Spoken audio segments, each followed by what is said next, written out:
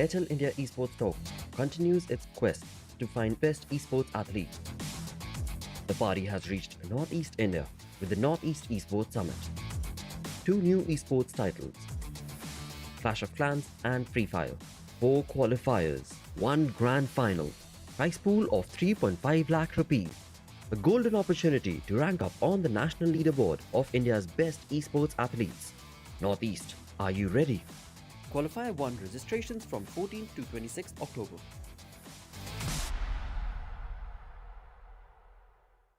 The serene land of diversity and charm is set to witness the celebration of esports.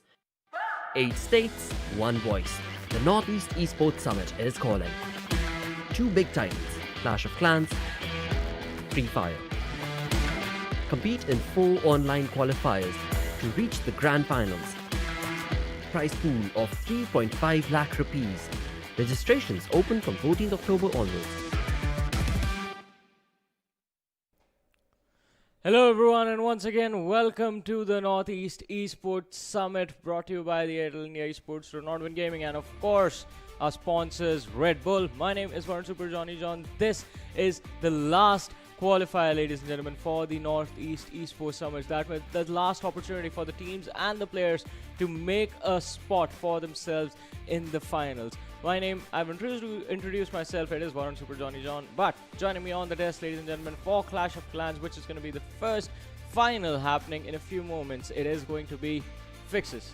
Thank you so much. And Johnny, it was quite an eventful day yesterday. Oh, yes. If you talk about both these teams in contention over here, we do have the players of Assam Elites that have been trying for the last 3 times, have not really, gone through it. And today we also have Thankul Yarthot. So let's see what really happens today. Exactly. I mean, both. In fact, a lot of teams were returning from the previous qualifiers, but finally we might see either Assam Elites make it, or we will have the new name coming up and rising from here. But what are these teams fighting for? It is the prize money that's there for the Northeast Esports Summit, ladies and gentlemen.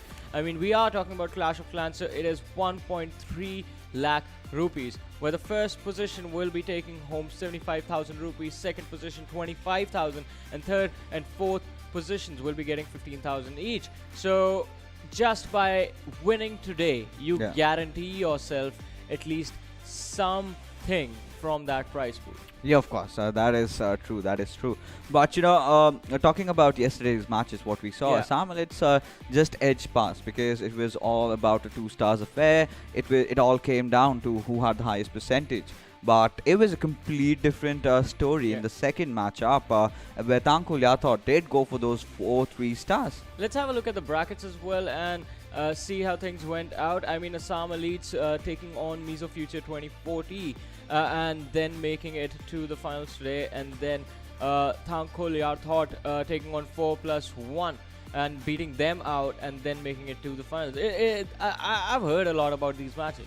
Yeah, you certainly did, because you were watching on the sidelines, and we did see a lot of fallacies yesterday in the roster of 4+1, where they just could not have a good base. Thankul Yarthot really capitalized on it. They just hammered down every single time. Well, the last attack was, of course, 1 star, but till then the job was already done. But now we are in the finals.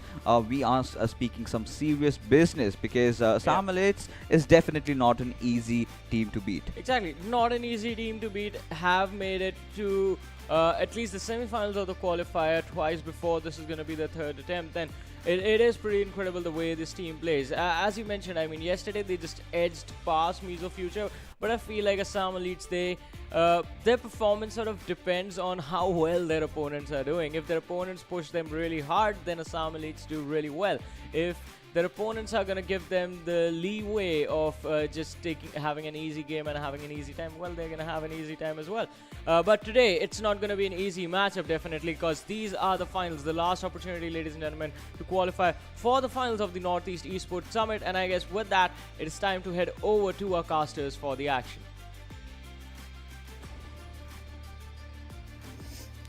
Thank you very much, Johnny, and Fix as well. Hello, everyone. My name is Oshin Sharma. Alongside me, it's going to be Shadow. And talking about yesterday's matches versus today, like, Shadow, what are you expecting? I mean, Thankul, can they go for another, like, 4 3 stars or something?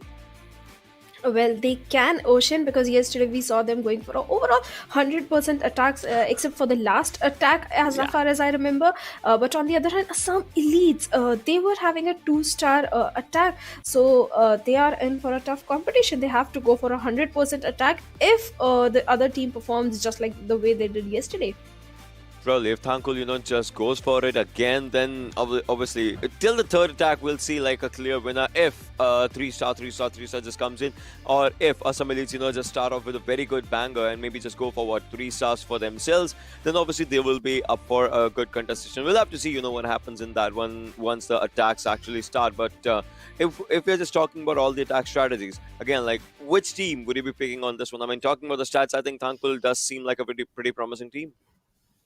Exactly, Thangul does seem like a pretty dominating team, but we also have to see one thing that Assam elites, they had a very good defensive base also. So maybe this time Thangul might not be able to go for a 100% attack. We'll have to wait for it. We'll have to see how the first attack goes, because as far as we saw, they had good placement of Inferno Towers Yeah. and Eagle Archery in their base. So let's see how things are going to turn out. Probably, we will have to see how the things actually turn out when we talk about the game, every attack strategically, and how the things happen. Because right now, right off the bat, every team, like each and every team, will think of the first 3-star if they can just go for this one. Then slowly and steadily, they would like to have much more in the numbers. But if that does not happen, things might just go down pretty badly. Things can go pretty badly, and yesterday we saw some of the basic attacks that are mostly used, like a hybrid attack and air Yeah. attack. Also we saw Mizoram using, but they are not here. So let's see if any of the team will be going for which of the combination, the hog riders or the bowlers or then air attack. That is also going to play a crucial role. And in fact, like we talked about yesterday, you specifically mentioned the timing of the troops that are deployed. That is also going to affect, and with that Assam elites will be initiating the first attack. And as far as we can see, they have got 3 balloons to themselves, and I think they will be going in for a dragon attack. They have got 9 dragons. Yeah, but what they need is internet right now. The way this is, I can see the loading screens is coming in, so obviously there will be a bit of a technical thing onto the other side. But all right, talking about the thing, right? Yesterday it was 4+1 and Mizo Future 2040 that did not make it today. So talking about those teams, obviously they will be watching this from the sidelines. But talking about these two teams right now, Assam Elites, yeah, they will try and go for a good start if they can. But onto the other side, Thankul would try to break them down as well. Right now, as we were just trying to witness the first attack that was supposed to happen, but obviously will be happening again for sure if the things go in the right way. But if we're talking about the attack strategies, we saw their troops, right? Do you think in that kind of base, the troops would have done like good damage? Well, I was just focused on the troops. I couldn't see the base that clearly because it was just for a few seconds on our screen. But yes, the troops that they are having, they're pretty good dragons. We know they can deal a lot of damage and they can even dish out a lot of damage. So that could be a good move if they use their heroes perfectly in this attack. But the archery, depends on the eagle timing archery, as right well. in the center. Yeah. Yeah, and obviously you can see the Eagle Artillery compound, so there will be hidden troops as well onto that one. Probably some air defenses onto the compound for sure. We'll have to see. Now the attack actually starts up, and so far nothing has been deployed. They'll be having a stone snapper as well, as we'll just see what happens with that one. Can take it down to the scatter shot compound right onto the left hand side. Can just take down something from that one, and then can lure CC troops as well. But that's going to be a story for another time. But right now what they need to do is start dropping some troops out in this one. Otherwise time is going to be a bad issue. Well, definitely time is going to be a problem if they don't start dropping in their troops. We'll have to wait if their internet and everything is fine, because they see it looks like there is some trouble with the DIP of Assam elites. If we talk about their spells, also Ocean, they have got like 5 lightning spells, 3 freezing spells. So the combination of spells also looks quite interesting. It does, but it seems like the player has disconnected, and if the player disconnects, that means they have lost their first attack, and this will be a 0%. Then it just means it already puts Thankul in a very good lead if we're just talking about this one. Well, Thankul are being very lucky also if we talk about, because they are a very strong team and Assam Elites having a 0%. That was very unfortunate because the first attacks kinds of builds your confidence also. So they need to make sure that they get a 3-star or at least more Yeah. stars than Thankul. And Thankul, if possible, they also go for a one bad attack. That can happen. And they would not want to go for one bad attack, though, right? But if we're just talking about this one, now it has started with so less of the time out here. We were talking about crucial time value. So now we're just talking about this. They have 10% onto the block. Can they? Can they just get 2 stars right for this one till the time ends? Because right now they'll be having 70 seconds onto the clock. The king was out there. Baby Dragon has been taken down. All right, they're starting good. They're starting decent. But defensive Royal Champion looking everything. Queen and Ice Golem. And now comes the push. The push. Super Troopers are also out there on the back end. So we'll have to see what happens in this one.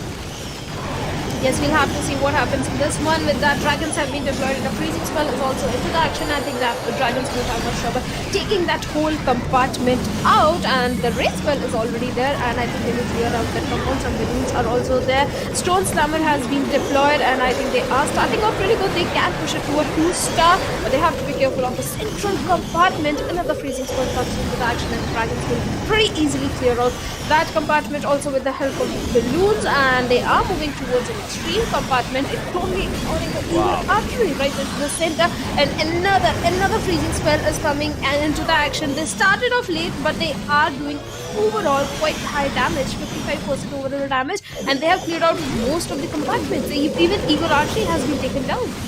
Talk about good comebacks. This was an incredible comeback coming out strong. Dip did come out really strong. 2-star, 63%. He did not let anyone down in this one. Obviously, Harry had more time. He had more time, but that time there was some technical difficulties. But Harry had more time for the attack. Could have easily done a 3-star attack, but still, he fought bravely. Yes, he definitely fought bravely. He started off with baby dragons. We know baby dragons have and dish out also less damage, but then those main dragons, the big dragons coming into the picture, we know how much DPS they have. They have got very high DPS and very high HP points also. So that kind of helped. Along with that, lava loon attacks are always a very good attack. Using dragons in a very good area. We're just talking about this one, and obviously from the back end side, the Stone Slammer, just when it breaks, it deploys a lot of balloons from its own self. That was a very good outing as well into this one. But we're talking about all the other things like usage of heroes, as he used Ice Golem with the Queen. Ice Golem just bursts down a freezing array, just goes out there, and the Queen can actually just feed on that one. So those things were crucial and important right now. Sham from Thankul is going to be the second one, starting off with the spell right now. Good start coming in onto the CC area, the Wisp Tower, and all those CC troops. Probably we'll have to see what happens on this one, as right now the Stone Slammer straight away is moving in onto one side, and now the air defense can be gone down. The air defense goes down right now in this one, but now with everything, the hybrid attack will be coming up, but it's not as a hybrid as it's just a hog combination, because you see just one miner is what he has, and 37 hogs onto this one. Well, definitely he has 37 hogs to his name. And let's see one of the compartment. I think they will destroy this compartment. They have to be careful of the X-Bow, and the X-Bow took down their troop. And let's see how they are going to approach this attack, because their main troops are still yet to be used. And on the other hand, the king is trying to take the... If we talk about Barbarian King, he didn't take a lot of fires. So I think this is a good strategy to deploy the king to take down the outer units, all the resource units, so that overall damage percentage they can increase, and I think King can do it with perfection. On the other hand, other troops are being deployed to take down the Inferno Towers. This one, as of now, things are happening. You can see 28 was 1-star Thankul. It seems like this Thankul is different as compared to what they used to be previously, but right now King's ability was used at its perfection. Might as well dish out some more damage. But the most important thing is they still need to get that 2nd star. Obviously they will get that 2nd star though, but how far can they go? Time, they have the time. But troops, that's one of the things. They still have 2 balloons, 1 wall breaker, and the 2 wall breaker is going to be used out in this one, but still they have 2 cleanup troops like minions. 1 minion, and archers are 2 in number alongside one wizard. They are using balloons all right from the back end side, taking down that Expo. That seems like a pretty good outing. Obviously, Expo will be on to the other side. Air defenses are coming up as well, but no will be unfazed. Expo will move down all right up on one direction, and now King and Elite Barbs are moving right back out, back at those areas alongside when Hogs are doing a lot of damage. Well, definitely Hogs are doing a lot of damage, but we can't overlook the King with his army. He will pretty easily take down all the outer units, but he has to be careful of that Inferno Tower because that will be giving King a lot of damage, and within a matter of few minutes King is gone. And let's see if the Barbarians are also gone. He just has like 39 seconds in his hand. Can he push it to 90%? Seems like difficult because of that Inferno Tower and 3 of the archery towers that are placed right there. 87% he has pushed it. Can he push it to 90%? It seems a little difficult, but let's see. I think he can. If he takes down that elixir storage, he will go to 90%, and he went to 90%, and I think that will be what he has to deal with. It started off really good, it ended really good, 2 stars, but overall damage is 90%, pretty high. Pretty high, pretty high. It kind of, looks like as a very good outing for them. Definitely was not a 3-star, but yeah, that comes down to the defensive base as well. The defensive base was incredibly amazing as it was just, put up overall. And so I would say in this one, Thankul also did a good outing, but yeah, they overall will be having a pretty good percentage for themselves. Both the teams will be at 2 stars each. Yes, both the teams are with 2 star each. One is at a 90% damage, so it is coming out pretty neck-to-neck competition because one of the team is very offensive. We know Thankul is very offensive. On the other hand, Assam Leads is a team that has a very good defensive base, so it is coming out really good. And let's see how the next attack is gonna go because if you remember last attack of Assam Leads, it could have gone to a 3-star. The problem with Thankul is they don't have very good defensive base, so Assam Leads might this time go for a 3-star. They might for sure. Would love to go for a 3-star if they can, but we'll have to just look at those calculations for how things actually happen because both the teams, they have done their 1-1 attacks. In the stars department, again, they are similar. If one team gets a good 3-star, the other one would like to chase and follow. But right now, it's going to be Professor from Assam Elites. Yesterday, had a 2-star outing, like 70%-ish. But today, would like to go for a 3-star if we can. Yetis are being deployed from the back-end side alongside one Wizard as well. And they'll be taking down those areas slowly and steadily. But right now, we're talking about the overall attack. This looks like a lava loop with a hint of a back blimp out there. Let's see what can it do in the overall. Yes, let's see what they can do. And if we talk about Lava Hounds, they have the highest HP but very low DPS. They can absorb a lot of fire, so deploying them with balloons can turn out to be a good attack. But for now, the King has been deployed, and let's see, King will be taking down the outer units. And an Ice Golem is already there, and let's see if it goes the minute he's going to get destroyed, he'll go for a freezing spell, and that can help the Royal Champion to take out a lot of units. Yeah, if we're just thinking of the things, look at this, 26%, 27% right now. So is just moving forward. 2 minutes still there on the clock right now. Queen is doing good. Right on the back end side, Queen and the King both are doing decent. Eagle Artillery will be taken down before it could open its mouth right now. But with that, they sacrifice their Royal Champion. Still, if we're just talking about the stuff, they need to go for the main push, and I think they can.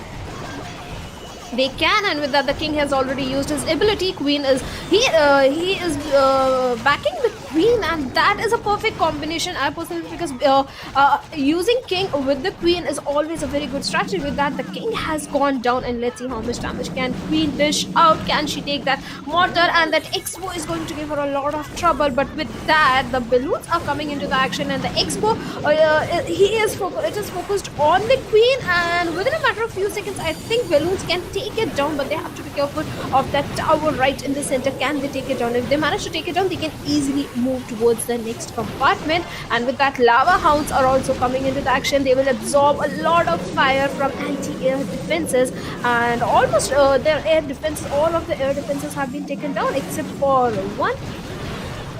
Yeah, true. But onto the other side, the Stone Slammer is also just, jumping in, chiming in onto this one. And look at the damage that they are doing. Balloon, Stone Slammer, the combination is pretty decent, pretty good. Scatter Shot will be the next one to fall down onto this one. And with that, with time remaining, if they just push it a bit hard enough, they can go for a good outing. If not anything, obviously 95-ish% plus, they can go for the attacks. Look at the cleanup groups onto the outside. Lava Pops, Archers, and Minions doing everything on themselves, trying to take all the things down. But right now, 84% seems like decent. 84% seems like decent, and they can push it to 90% very easily, but they are a little short on the time. 90% they will go, but can they push it to a 3-star, especially when almost all the balloons have been taken down. The dragon is right there in the compartment, dishing out as much damage as possible. The balloons and the dragons, let's see what they can do. Can they push it to a 3-star? No, they were a little short on the time, but overall a very good attack, 91% overall damage and 2 stars. Well, still it's good, I would say, given the fact their first attack was just decent, second attack was good. Now they have to figure out on how to stop their opponents at a low percentage 2-star. Otherwise, they, will never have the lead. Because the first attack of Thankul was 90%. Their second attack is 91%. And their first attack, their first attack was like, 63%, 64%. So they need to figure out a way to stop their opponents at a lower percentage marker if they can. Otherwise, things will go south. Things will go south, but I like this attack because this time we saw King being deployed with the Queen. We know Queen can shoot over the walls, and the King can absorb a lot of fire. It can take a lot of damage. So all the troops were shooting towards the King, and since it can take a lot of damage, Queen on the other hand was dishing out a lot of damage. This helped the Queen because she can't take a lot of damage. So this combination, I think, with this just with the King and the Queen, they were able to take out give out a lot of damage. Yes, totally true in that one. But if we're just talking about this attack, if you just want to break it down, it was pretty good with the compartment-to-compartment rotation of the troops as they were just, trying to do. Let's see what the next attack actually has for us, because it's going to be attack Agachu, as he was the defensive on the last side. Professor this time will be onto the defensive side, and they have a proper hybrid augment combination. Look at this. Onto the scatter shot compound is where backflip is going. Seems like a pretty good outing, and this might as well take down a few troops. All right, they are starting good. They are starting decent. Let's see if this ends up in a really good way. Well, let's see if it can end. If they're able to take that scatter shot down, I think they will be looking pretty good. They have taken most of the troops of that compartment down, but scatter shot is still there. On the other hand, the healers have been deployed with the Queen, and this can be a good attack. Let's see if the Queen is going to work or directly charge into the compounds, into the center of the base. We'll have to wait for it, but right now she is being kept busy outside, and this could be a waste of time for the Queen, because she could have given out a lot of damage. But on the other hand, some of the balloons have been deployed, but they will be taken down by that hidden Tesla tower. There is one Pekka also, the minion also, so it has already been taken down. Yes, true. It has already been taken down, but onto this one, we'll have to see how the things happen, because you can see 16%, the timer, it's still there, but will it be enough right now? They are trying good, they are trying decent as of with everything. We'll have to see if this just ends up good right now. The Queen is trying to dish out every inch of damage. Still will be having the ability for sure, if that just, if it comes down to that. But Queen, it's opening up one side. The next target, for sure, after this one will be the Town Hall. I just want to see if Queen all alone, let alone can take down Town Hall. Queen moves down onto the other side. Now, Cannon was not even onto the paths, but the Queen, if she can take down Town Hall, it will be a pretty good one. Eagle Archer is open up its mouth, and right now the big push is just coming in. Well, definitely the big push is coming in, and I think she can take that cannon down pretty easily, and she has managed to take it down. The healers are backing it. The raid spell, perfect placement of the raid spell again coming in, and Queen will be using her ability soon also, but right now she doesn't need to. She is dishing out a lot of damage. She can pretty easily take that hidden Tesla tower down, and she has managed to do it. Can she take that cannon down? I think this is a Queen walk coming in, and she is not going towards the center, but on the other hand, the Inferno Tower is dishing out a lot of damage. On the other hero, I believe it's the Grand Warden. Yes, it's a Grand Warden, and can Grand Warden take that Inferno Tower down? But no, it has been the Grand Warden has been taken down by that Inferno Tower. Eager Archery is still there. We need to be careful of it. Yeah, 73% right now. 2 stars onto this one. Queen is still surviving. Queen is I would say it was value Queen being used in this one. So yeah, I would love it. The way the Queen is, dishing out a lot of damage right now, just making up the openings again. Still, ability. It's just out there now. It gets used, and yes, this was a high time Queen's ability was needed. It has been used right to its perfection. Headhunter will be going on to the king. Will be taken down though. But with everything, 84% seems like a good outing, a good number just coming in. Well, definitely a good outing coming in from the players. But if we talk about Assam elites, they are still leading when it comes to overall damage that they had dished out. So let's see how things are going to turn out. Both the teams are giving tough competition, neck to neck competition to each other. Queen, at this time we saw a Queen walk happening. She did manage to take a lot of the defensive units down. She managed to take the wizard tower down, the few of the cannons also down. She almost cleared like 30% of the area.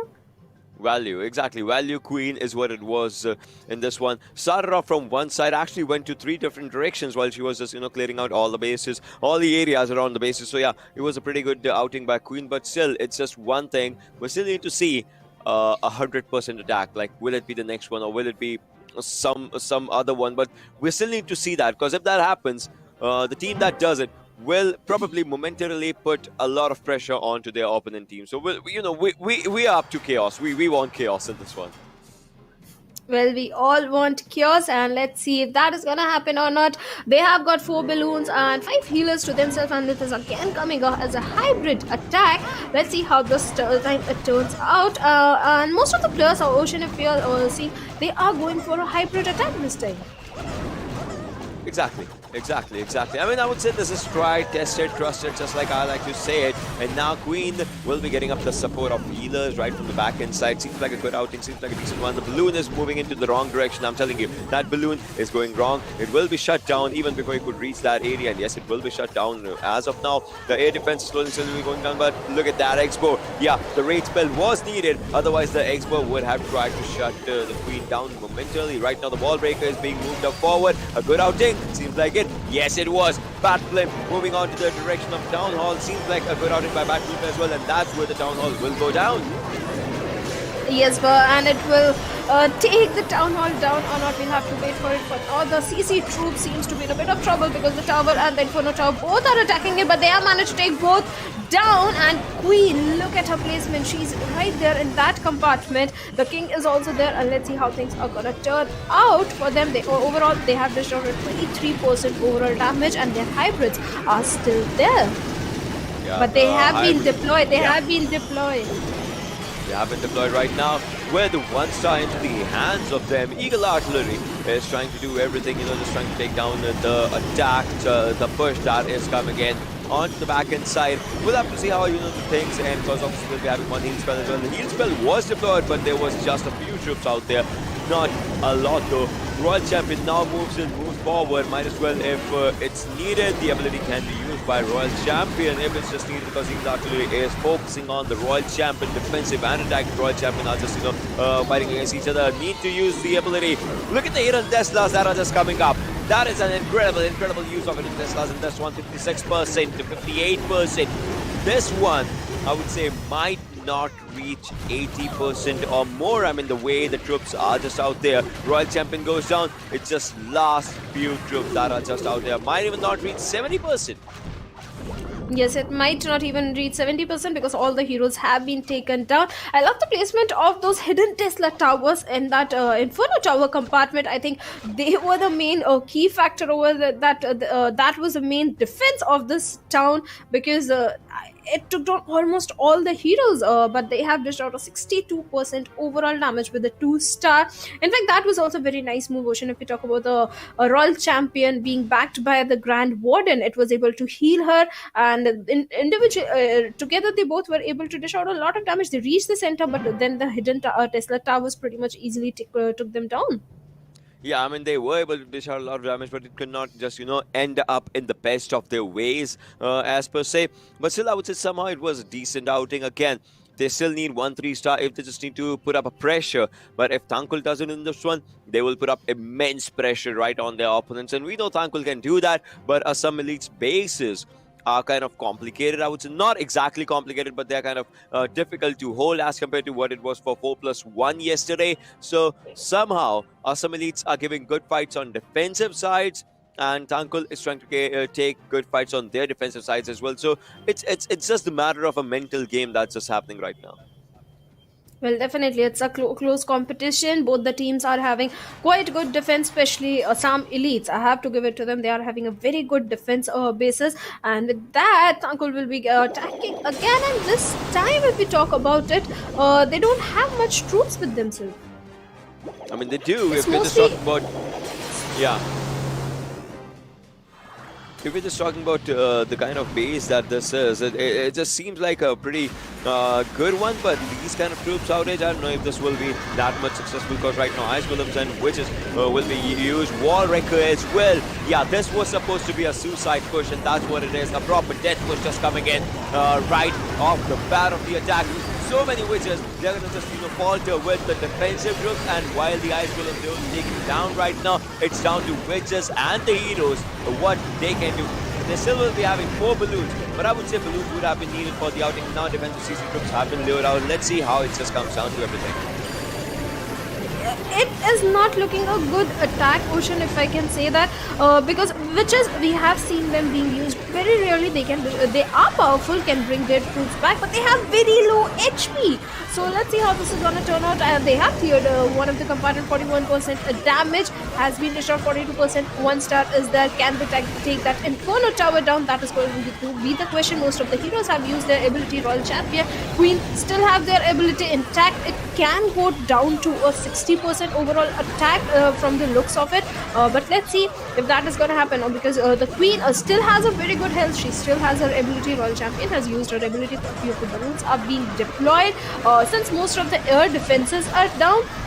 If they take that expo down, I think these balloons will be enough to dish out a lot of damage. It started off like a bad attack, but right now it is looking quite good. If they are able to take that eagle archery down, it has been taken down, and these balloons are still there.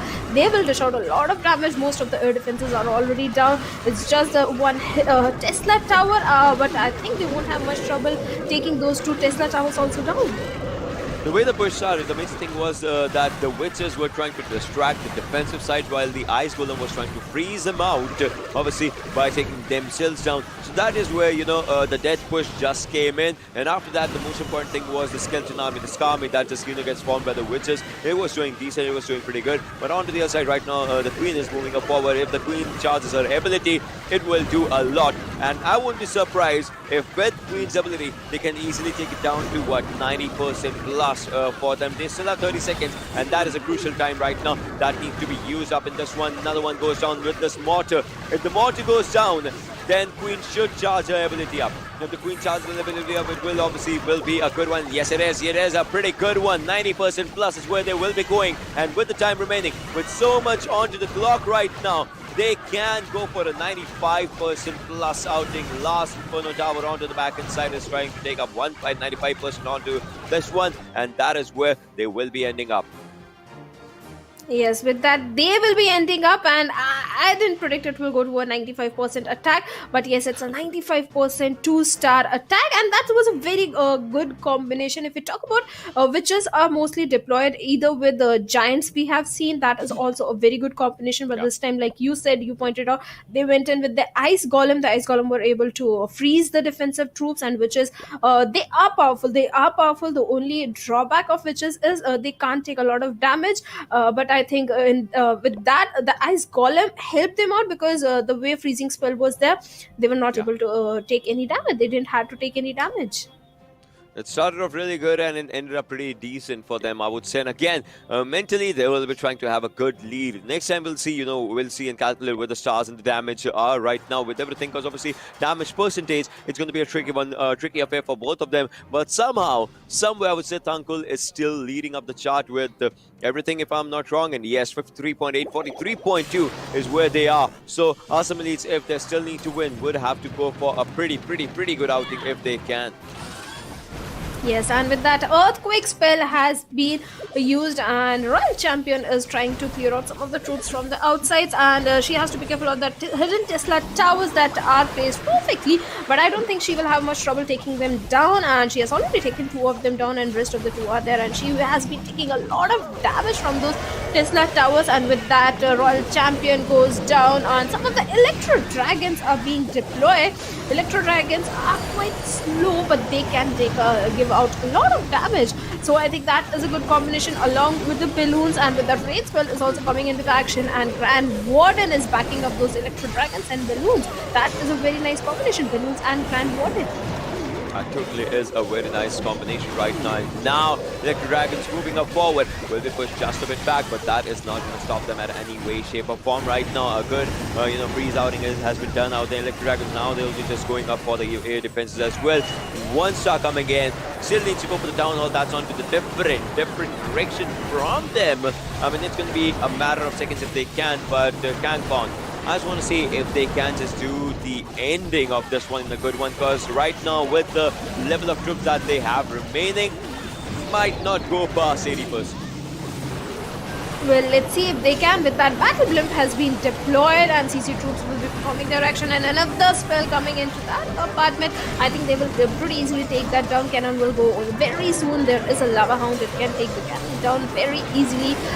Grand Warden is still there, backing up almost most of the troops, healing them. Electro Dragon, one of the Electro Dragon is still there. They will pretty easily clear out that compartment, and with that, 76% has already been achieved, and they can very easily push it to an 85% attack. They have time remaining in their hands, and let's see what Grand Warden can do. He has used his ability and to perfection, backing up the Electro Dragons, but with that last Electro Dragon has gone down at 86%, and Grand Warden is still there, but now he has been taken down by Scatter Shot. The Scatter Shot was problematic. In fact, King was also doing a good job by clearing out all the outer units of the base, and he needs to be careful of that double cannon over there. I think it will take the king down. It will take the king down, but overall a very good attack, 90% overall damage.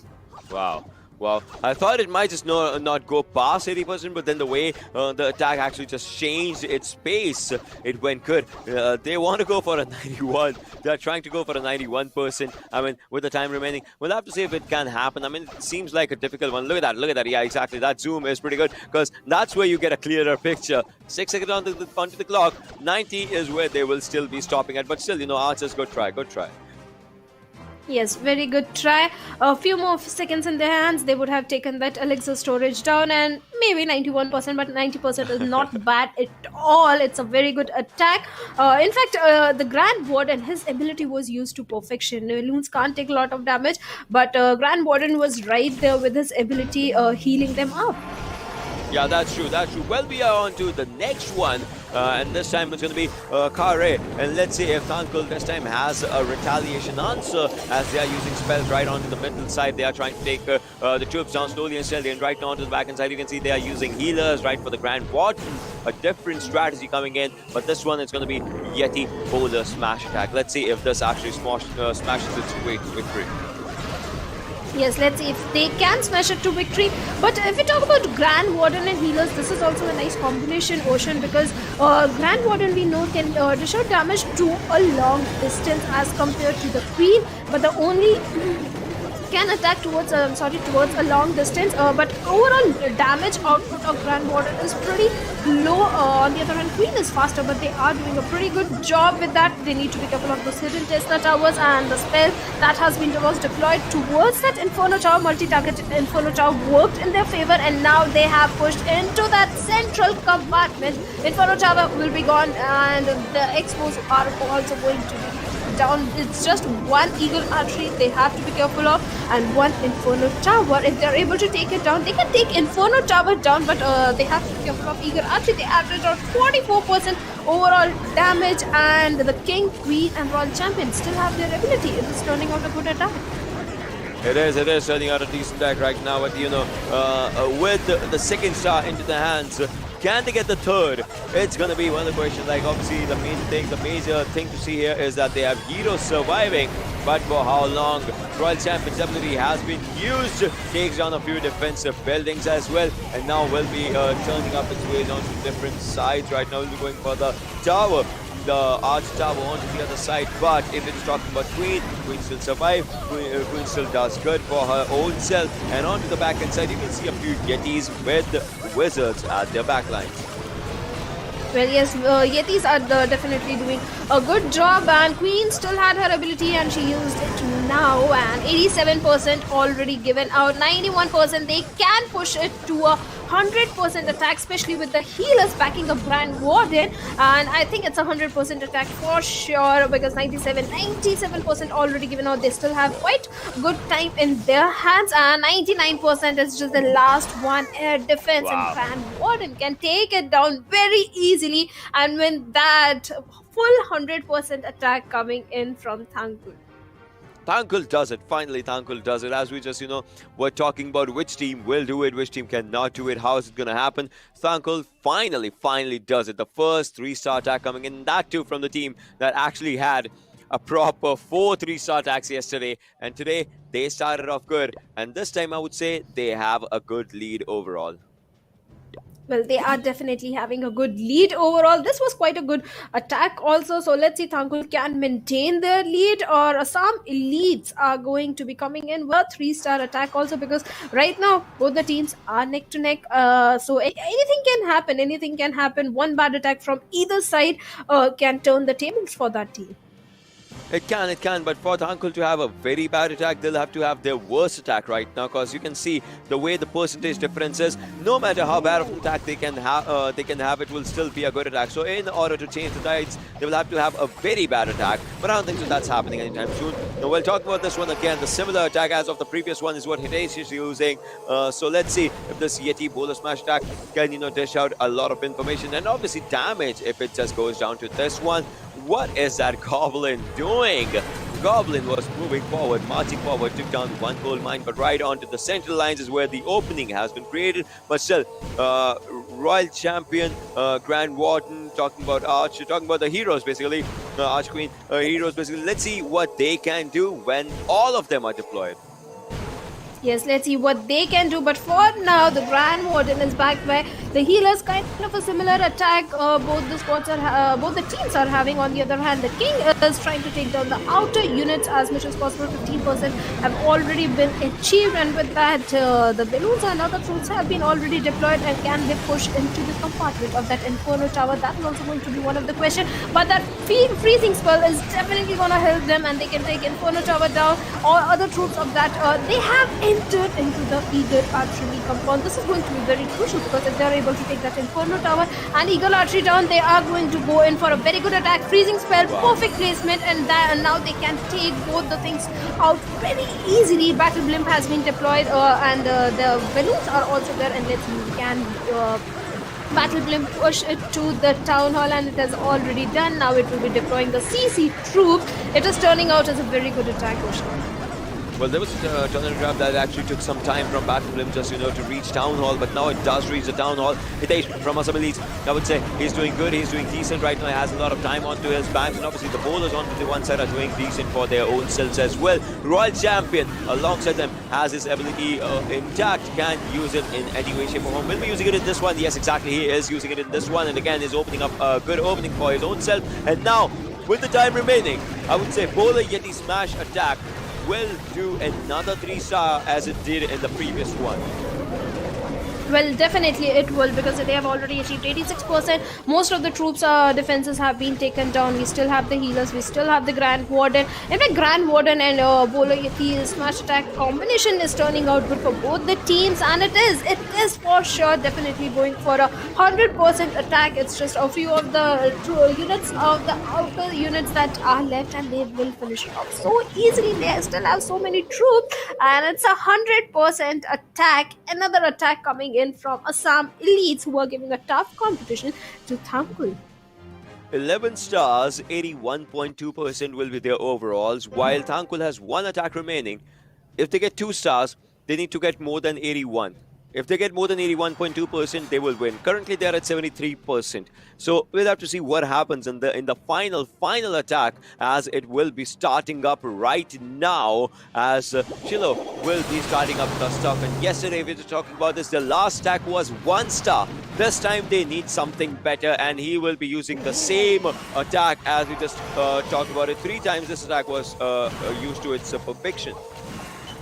Well, yes, the third time, again, the similar attack, the Grand Warden being backed by the healers, Bowler Yeti Smash attack is going to be coming in, but this time they need that overall damage also, along with 2 stars if they want to win. Let's see if that is going to happen or not. And the Grand Warden won't have trouble entering into the central compartment of the where the scatter shot is being placed. On the other hand, other troops have been deployed, and Ice Golem is there being backed by the other troops, and Ice Golem perfect placement. The minute it is going to put its freezing spell, that is going to make things very easy, but they need to make their way to the compartment of the Eagle Archery and the Inferno Tower, and I don't think they are going to have much trouble. They can easily enter it. They have entered it, and I think this is the time when the spells are coming into the action. Eagle Archery is down, Inferno Tower will be down.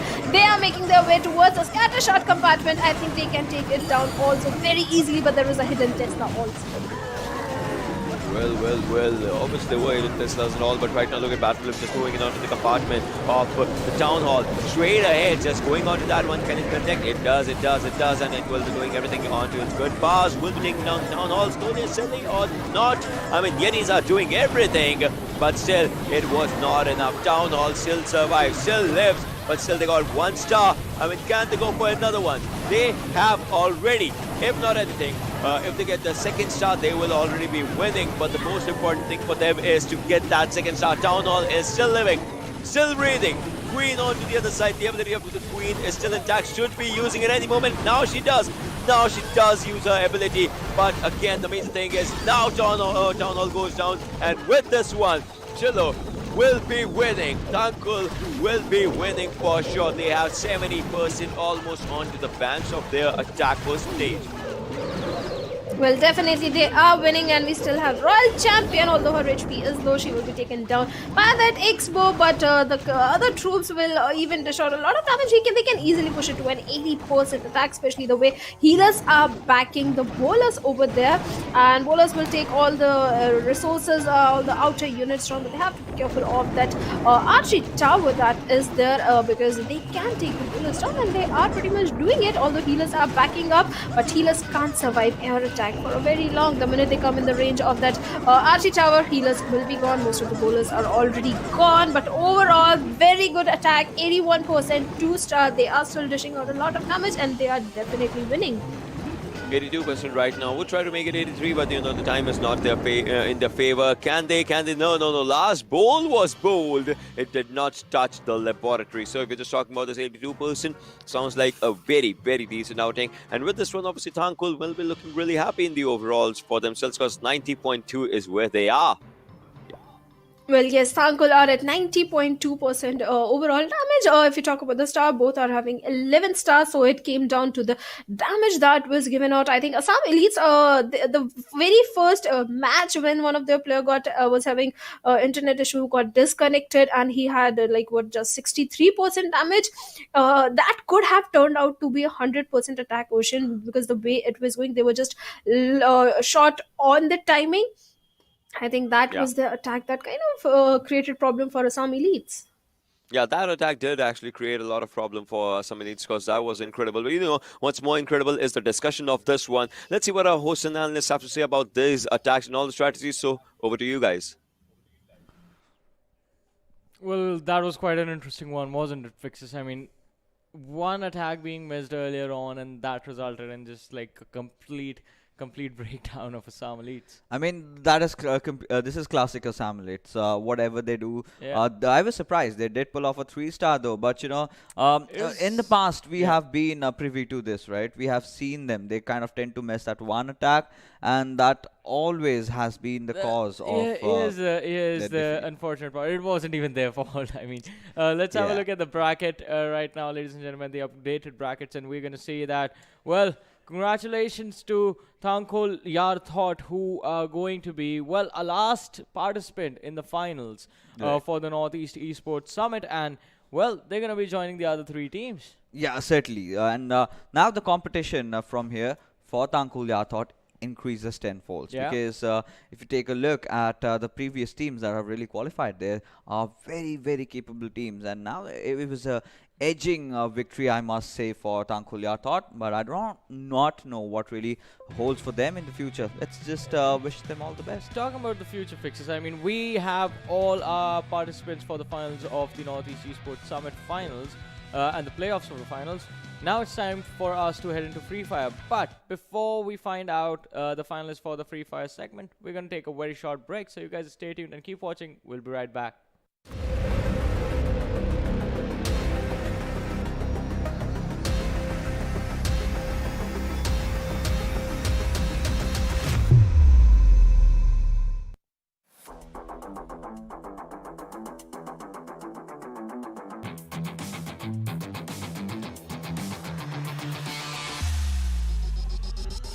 Airtel India Esports Talk continues its quest to find best esports athletes. The party has reached Northeast India with the Northeast Esports Summit. 2 new esports titles, Clash of Clans and FreeFire, 4 qualifiers, 1 grand final, prize pool of 3.5 lakh rupees, a golden opportunity to rank up on the national leaderboard of India's best esports athletes. Northeast, are you ready? Qualifier 1 registrations from 14th to 26th October.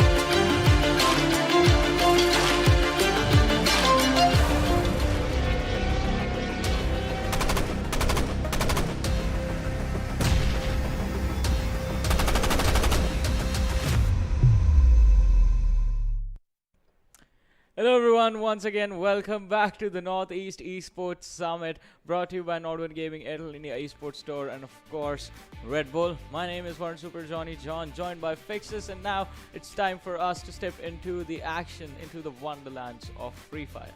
Yes, so if you talk about Free Fire, this is where you need a lot of Red Bulls, to be honest. No kidding, because you have to take that jump and you need the cojones to really go after the squads. And we've been seeing quite some promising performance from all these teams lately. Exactly. I mean, the teams in the previous qualifiers were pretty incredible, but one thing that's even more incredible, apart from the Red Bull, of course, it is the prize money that we have lined up, ladies and gentlemen.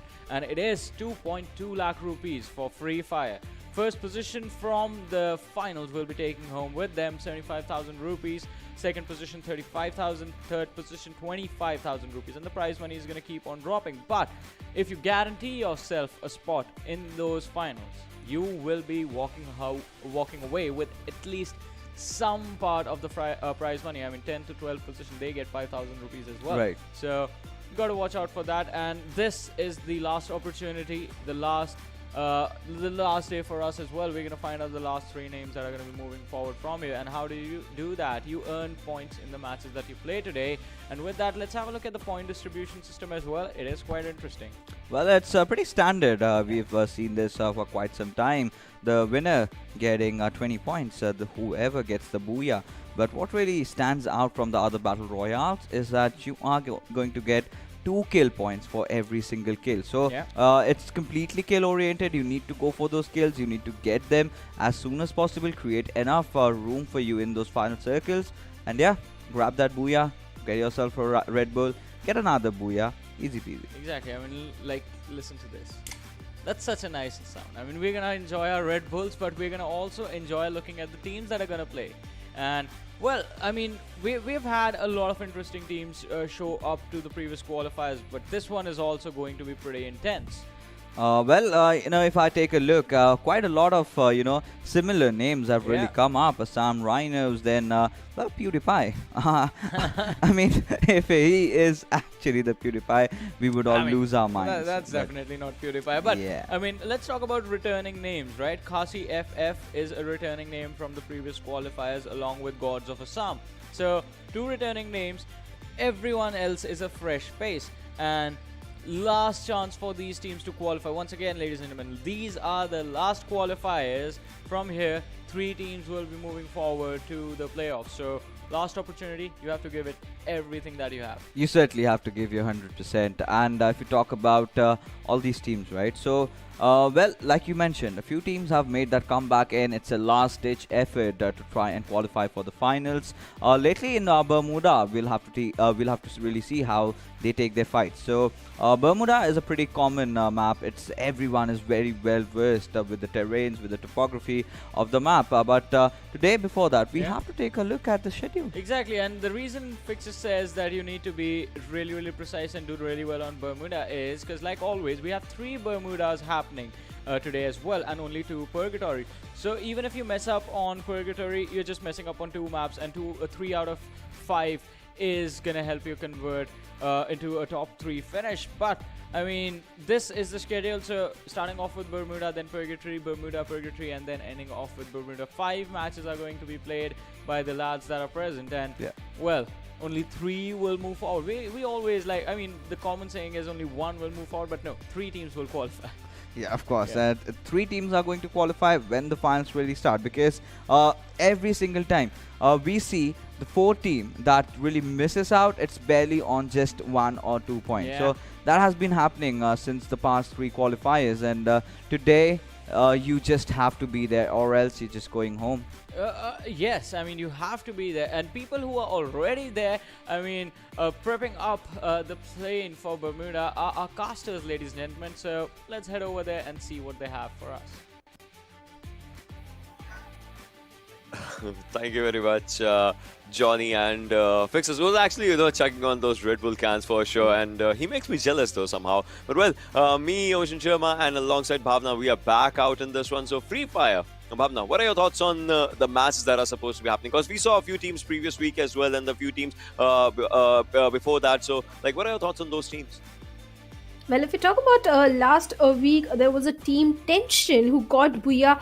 I think out of 5 matches, 4 times I believe they got the Booyah. So that was kind of an amazing performance from their side. But this time, if we talk about today, we are having two maps. That is Bermuda and Purgatory. Purgatory, as far as I know, is a map where you get mostly water zones. Because recently I've been seeing a trend. You get water zone. On the other hand, Bermuda, I think, is a map where you can hold on to your position, go to Bhima Shakti strip, that is the center of the map, and you can be good because mostly the zone takes a central shift here. Yeah, I mean, talking about Bermuda, obviously the central shifts are important. Purgatory, you might as well need to go to the southern side. Obviously, that's where sometimes the circle just forms up. We saw that in the 2 weeks back, obviously. But, the most important thing is to get that booyah. If you get it in the right nick of time, if you have all the players surviving, then obviously it's a good one. And obviously the usage of guns, if you just go around to that one. Some of them just prefer using Dragonovs or something. If they get that from the airdrops for sure. But well, we'll have to see what happens. But right now, as you can see, the teams are just moving up forward. Plus, there was one team, PewDiePie. I mean, I would love to see what that team does. Well, we have to see what that team's done. That was an interesting name. But Gods of Assam, if you know, they also have a good gameplay, and I can see teams already dropping in. The plane path is going from the central area, that is Bhima Shakti Strip and Clock Tower and Reemnam Village. In fact, I have seen some of the teams like dropping in towards Reemnam Village also, but rotation from that particular area sometimes becomes a little difficult. On the other hand, if we talk about team number 6, that is OPRI Boy, they might be going towards Mars Electric. I don't think any of the team will be going towards Sentosa Island. And with that, we have our first zone. I thought we had our first zone.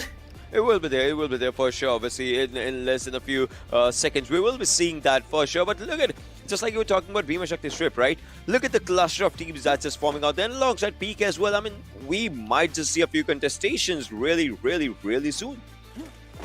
Well, definitely, team number 10 is definitely there. Team number 8 is there.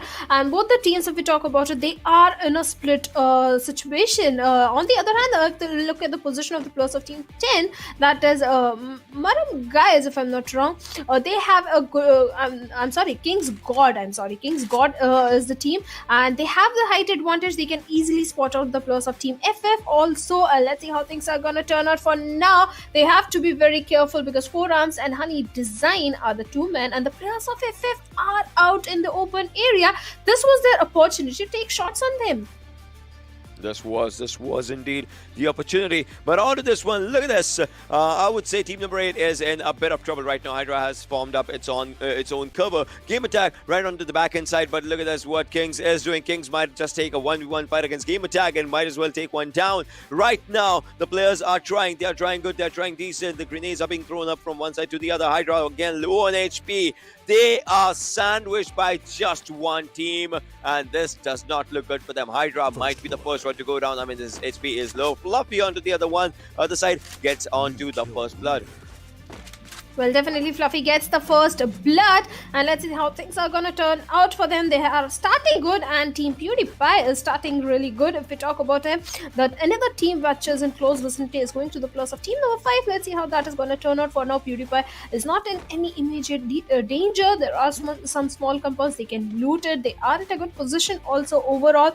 And on the other hand, KG Addiction is taking down some of the plus of team FF, and Forearms almost finishing out 2 of the plus from team FF. FF doesn't look good at all. Yeah, it doesn't look good at all. If you're just talking about the stuff that is happening, you can see how the teams are just trying to thrive and survive onto the stuff and onto everything. But onto this side, you can see if you're talking about team number 10, they'll be looking good with a kill leading name for themselves. But in less than 30 seconds, most of the teams will have to go for their movements, and that's going to be crucial. That's going to be important. Well, that is going to be important, but team number 10 have the whole Bhima Shakti Strip area to their name. Kashi FF facing an early elimination are not going to be happy at all. On the other hand, if we talk about team number 9, they are also in the close vicinity. Mars Electric is where the plus of team USA FF are there. They have a good loot. I see an AKM. They have got healings also with themselves.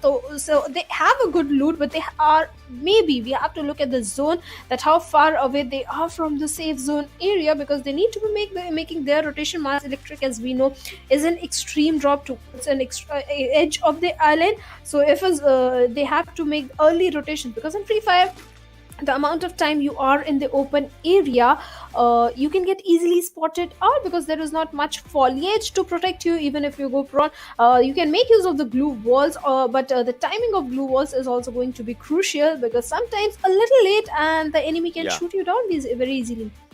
Yeah, the hunting can be, just hunting can happen pretty crucially onto this one. But well, Dhan is just moving forward right against onto its own teammates. Obviously, will be trying for a good rotation right from the waterways for themselves. We'll have to see how that happens right now. But a good crucial movement, a good crucial thing is going to be how they end up onto everything. King's God, as you can see, they have all the 4 kills for themselves. The first elimination that they did against CFF was pretty good, pretty crucial. But the 4 has been reduced to 3 as Purify took 1 from them.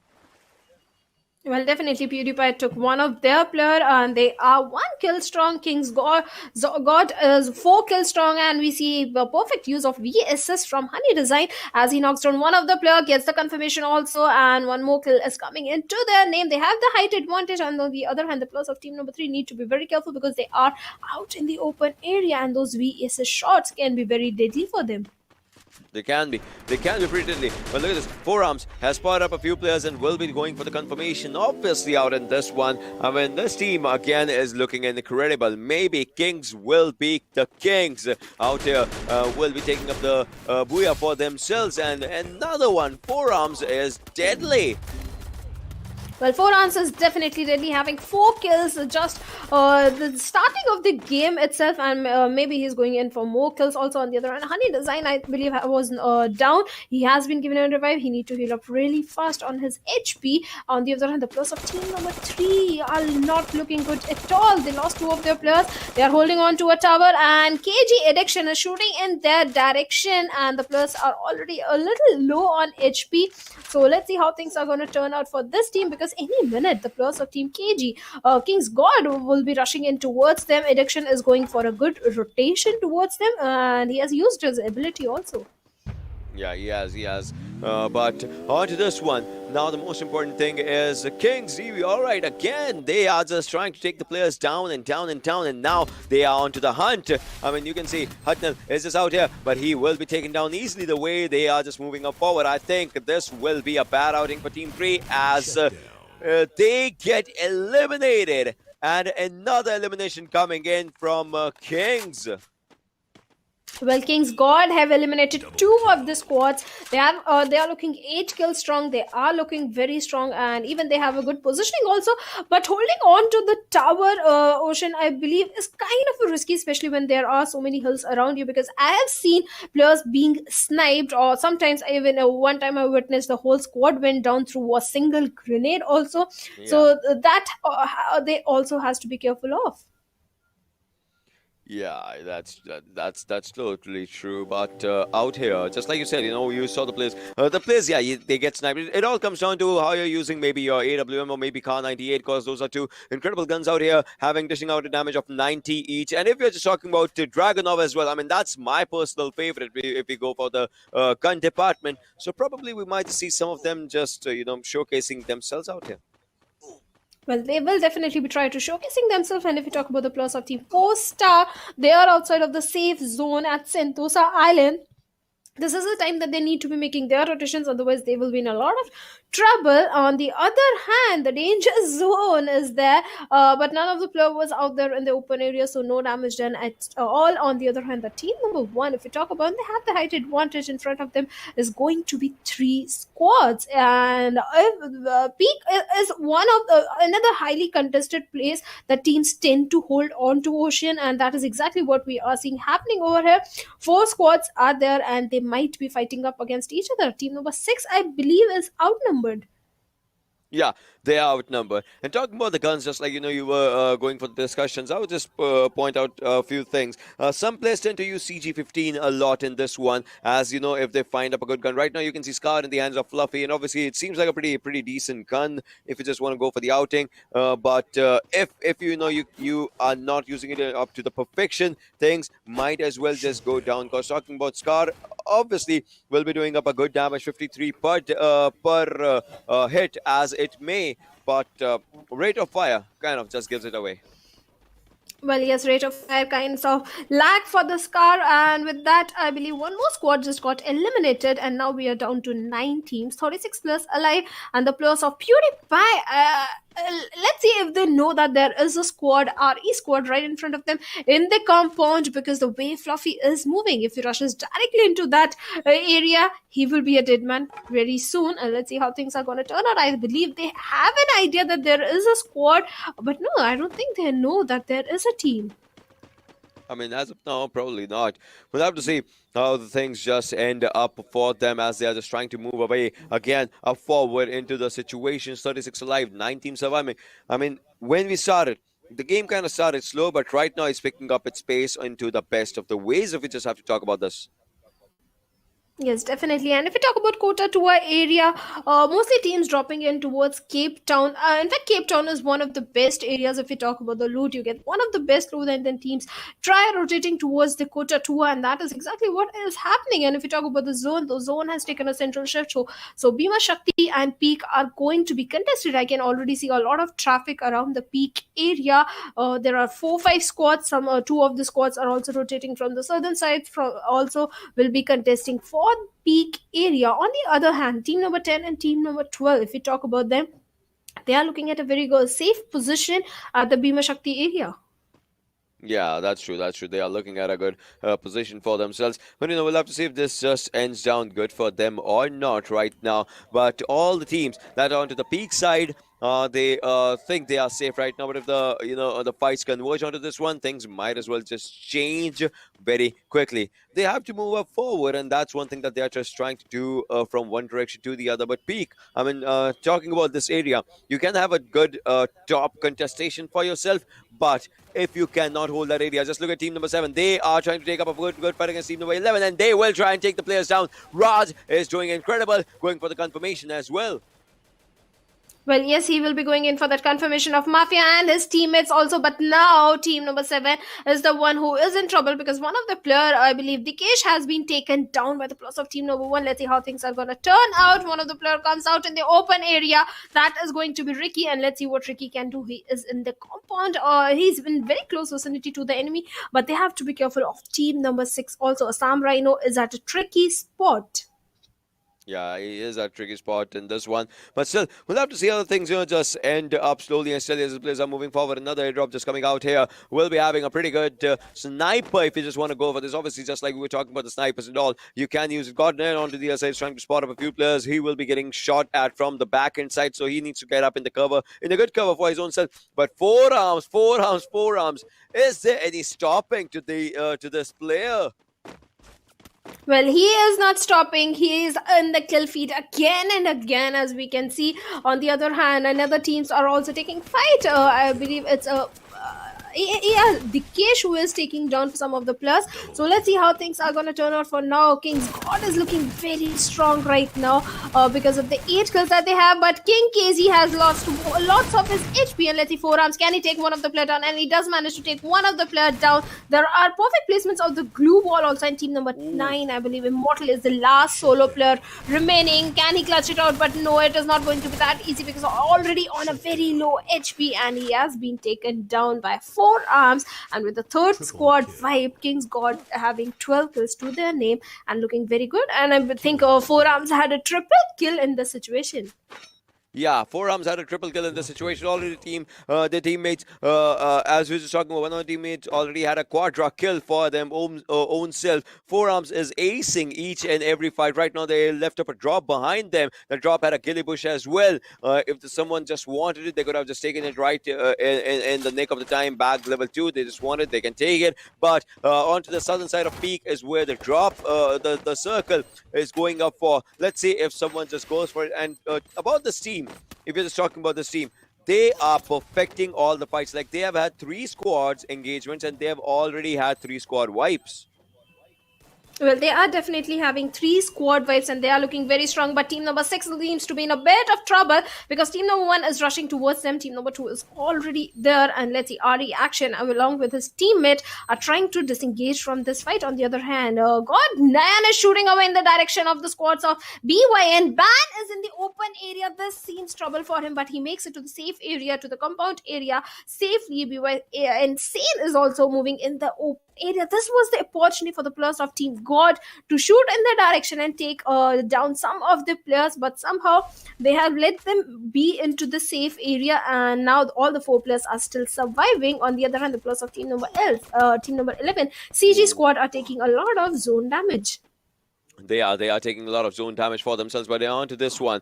Just look at this. If we talk about the players, 17 surviving, 24 players alive in this one, and again, they are trying to take them down, but no, they are going down as well. Action. We need some action in this one. If he needs to, just go good for the kills right now, but Sane is turning himself into a Saiyan as he is trying to take each and every fight addiction as well as trying to spot up 3 players and trying to take him down. That seems like a good one. 15 players alive, 5 teams surviving. Quadra kill coming in from the players. Seems like a pretty good outing. 13 already alive and 4 as we see a depletion in the number of players alive. 3 teams and 10 people. Well, 3 teams and 10 people, but look at the number of kills of Kings God, 17 kills. This team is not stopping for anyone, and in fact, they are going to have a good positioning in the zone. Also, the way they are moving, I think they are one of the first squad to have a good positioning in the zone. Or from the peak area, I can see the players of Team BYN also making their rotations, but I believe Addiction has already spotted them down, and now the problem for the players of Team number 2 is going to start, because the minute they are going to come out in the open area, Team Kings God will be ready to shoot at them. But look at that, team number 6 is also in the close vicinity, and I think few of their players are also down besides that blue wall. Yeah, they are for sure out there, but there's one team that's not inside the circle right now, and that is going to be a tricky affair for them, but we'll have to see what happens right now. 4 Arms is going to be popping up a first seed. Can he just take all the players down? I mean, that's my question, but no, gets up a good help from the back inside. That is incredible. That is amazing. Now 4 Arms rushes in, goes for the confirmations as well. Honey Design will be getting the kill for his own self, and now with the last man surviving, 4 Arm goes down. Fluffy is taking the players down. 4 Arm will be finished. Fluffy does incredible. He goes down though, but PewDiePie gets the ace, but they get eliminated as well. PewDiePie gets elimination, and now Team KG Addiction is going to the last solo player remaining. It's a 1v3 situation for him. Can he clutch it out? We'll have to wait for it. On the other hand, BYN, the perfect third party that they did, created problems for the players of Team Kings God and Addiction. Addiction has to be very careful. He has placed some blue walls, but Chester has already spotted them down, and Sane is also moving in his direction. This seems problematic for him. He won't be able to do a 1v3. The players of BYN are rushing towards him, and with that, they eliminated the strongest team and gets a booyah for themselves. Westminster getting that booyah. That was incredible. They took their time, they took their area, they took their fights, and they took their booyah for themselves. Talking about the other teams like King's God, that was incredible. PewDiePie was incredible. But in this one, booyah goes to a pretty good team. But well, we'll have to see what the hosts and analysts have to say about this particular game. Let's just, go for the talks with them, and let's just see what that side has to say. I mean, what an amazing game. And Westminster, another returning team, they did get that booyah, but I mean, I'm really curious, Fixes, how many kills did that squad of Kings get for themselves? God Kings, the way they have been, playing, certainly living up to their names. I mean, are they the kings of the gods or the gods of the kings? Either way, they were on a roll. They were on a pretty heavy roll, and it was pretty incredible, the sort of gameplay they brought to the table. I mean, the entire team completely in sync, 2 players getting so many kills for themselves, and it was an incredible performance. But still, I mean, it would have been incredible to see what the total number of points would be for them had they gotten the booyah for themselves. But I think they're still going to be on top. Yeah, John. I mean, we know no second thoughts on that. I mean, they had what, like around 20 kills. Somewhere around that. I mean, I'm gonna assume it's gonna be less than 20. I'm gonna assume it's gonna be 17 kills, because that's the last number I saw, and after that I was like, all right, this team has the booyah for themselves. I was in the middle of coming from backstage to our desk, and well, turns out they did not get the booyah. They certainly did not, but with the kind of Yeah. start this team really has, they must have amassed quite a lot of points. For winning, you of Yes. course get 20 per placement points, but the kills, if you did have around 20 kills, so that's 40 points over there, and extra 17 placement points, so guess around 57 Well, and from one game. exactly, from one game. That's the key word, from just one game. And if you guys have been watching us since Qualifier 1, it has been the trend that if you manage to get somehow 100 points for yourself, you have a really high probability of making it to the qualifiers, because that seems to be the cutoff. You need to somehow hit that 100-point marker. Yeah. And if you get 50 points in one match, that means if the second game goes your way too, you're pretty much already in the playoffs. Yeah, you pretty much already are in the playoffs. We did see that in the last week as well. But a few teams really could not go off well. A lot of mistakes were being made. Even the God's Kings, right, like as we love to call them. So what they did wrong was that they got third-partied over there, and Yeah. they were taking engagements, and sometimes overcommitment can lead into your demise. I think they got a little too overconfident. That's Yeah. the thing. So earlier on, I mean, we did see them take the fights that they were really, really, really comfortable with. But then once you start getting into the zone, once you're like, all right, we're getting all these kills, you do get a little overconfident. And that is the one thing that led to the team's demise. I mean, they did make it to the top 3 finish. Let's have a look at the standings right now and see how many points the team actually got for themselves. And yes, it is 57. 57 points in just one match. But fixes. Kudos to West Byantar as well. I mean, they have 36 points as well. So it is still going to keep the gap a little bit closer. Yeah, the gap is certainly going to be there, but after that, look at PewDiePie sitting on 17 points. I mean, it's almost thrice. The lead is almost thrice from the first position till the third. Yeah, I mean, it is, man, I don't know what to expect from today's qualifier. These are the last qualifiers, by the way. Once again, qualifier 4, that's what's happening for Free Fire as well. And 4 more matches to go. I guess we're going to take a very short break before we head into the land of Purgatory and find out what is going to happen in match 2. So you guys just stay tuned and keep watching and grab yourselves a Red Bull.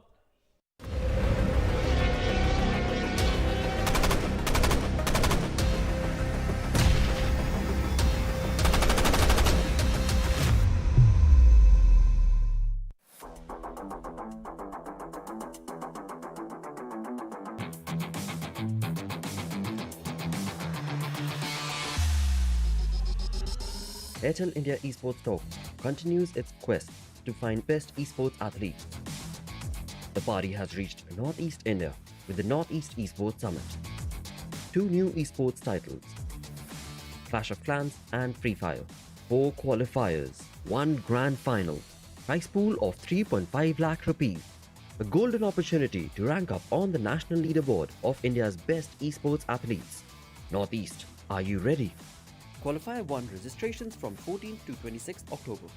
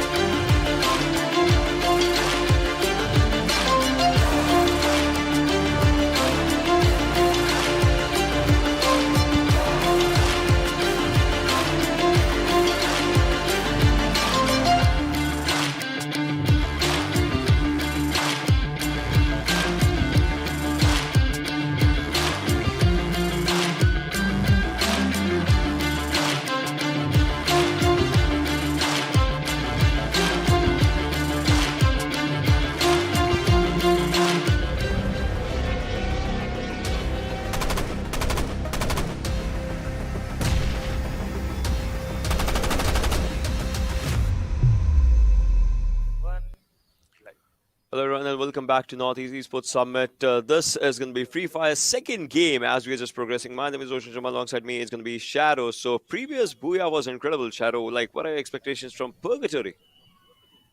Well, since it's Purgatory, I'm expecting a water zone and some amazing placements of the glue wall, because the way the zone is going to be in the open area, the placement of glue walls are going to play a major role. And most of the teams also likes dropping into locations where they can easily make the rotations through the waterways or somewhere nearby that area.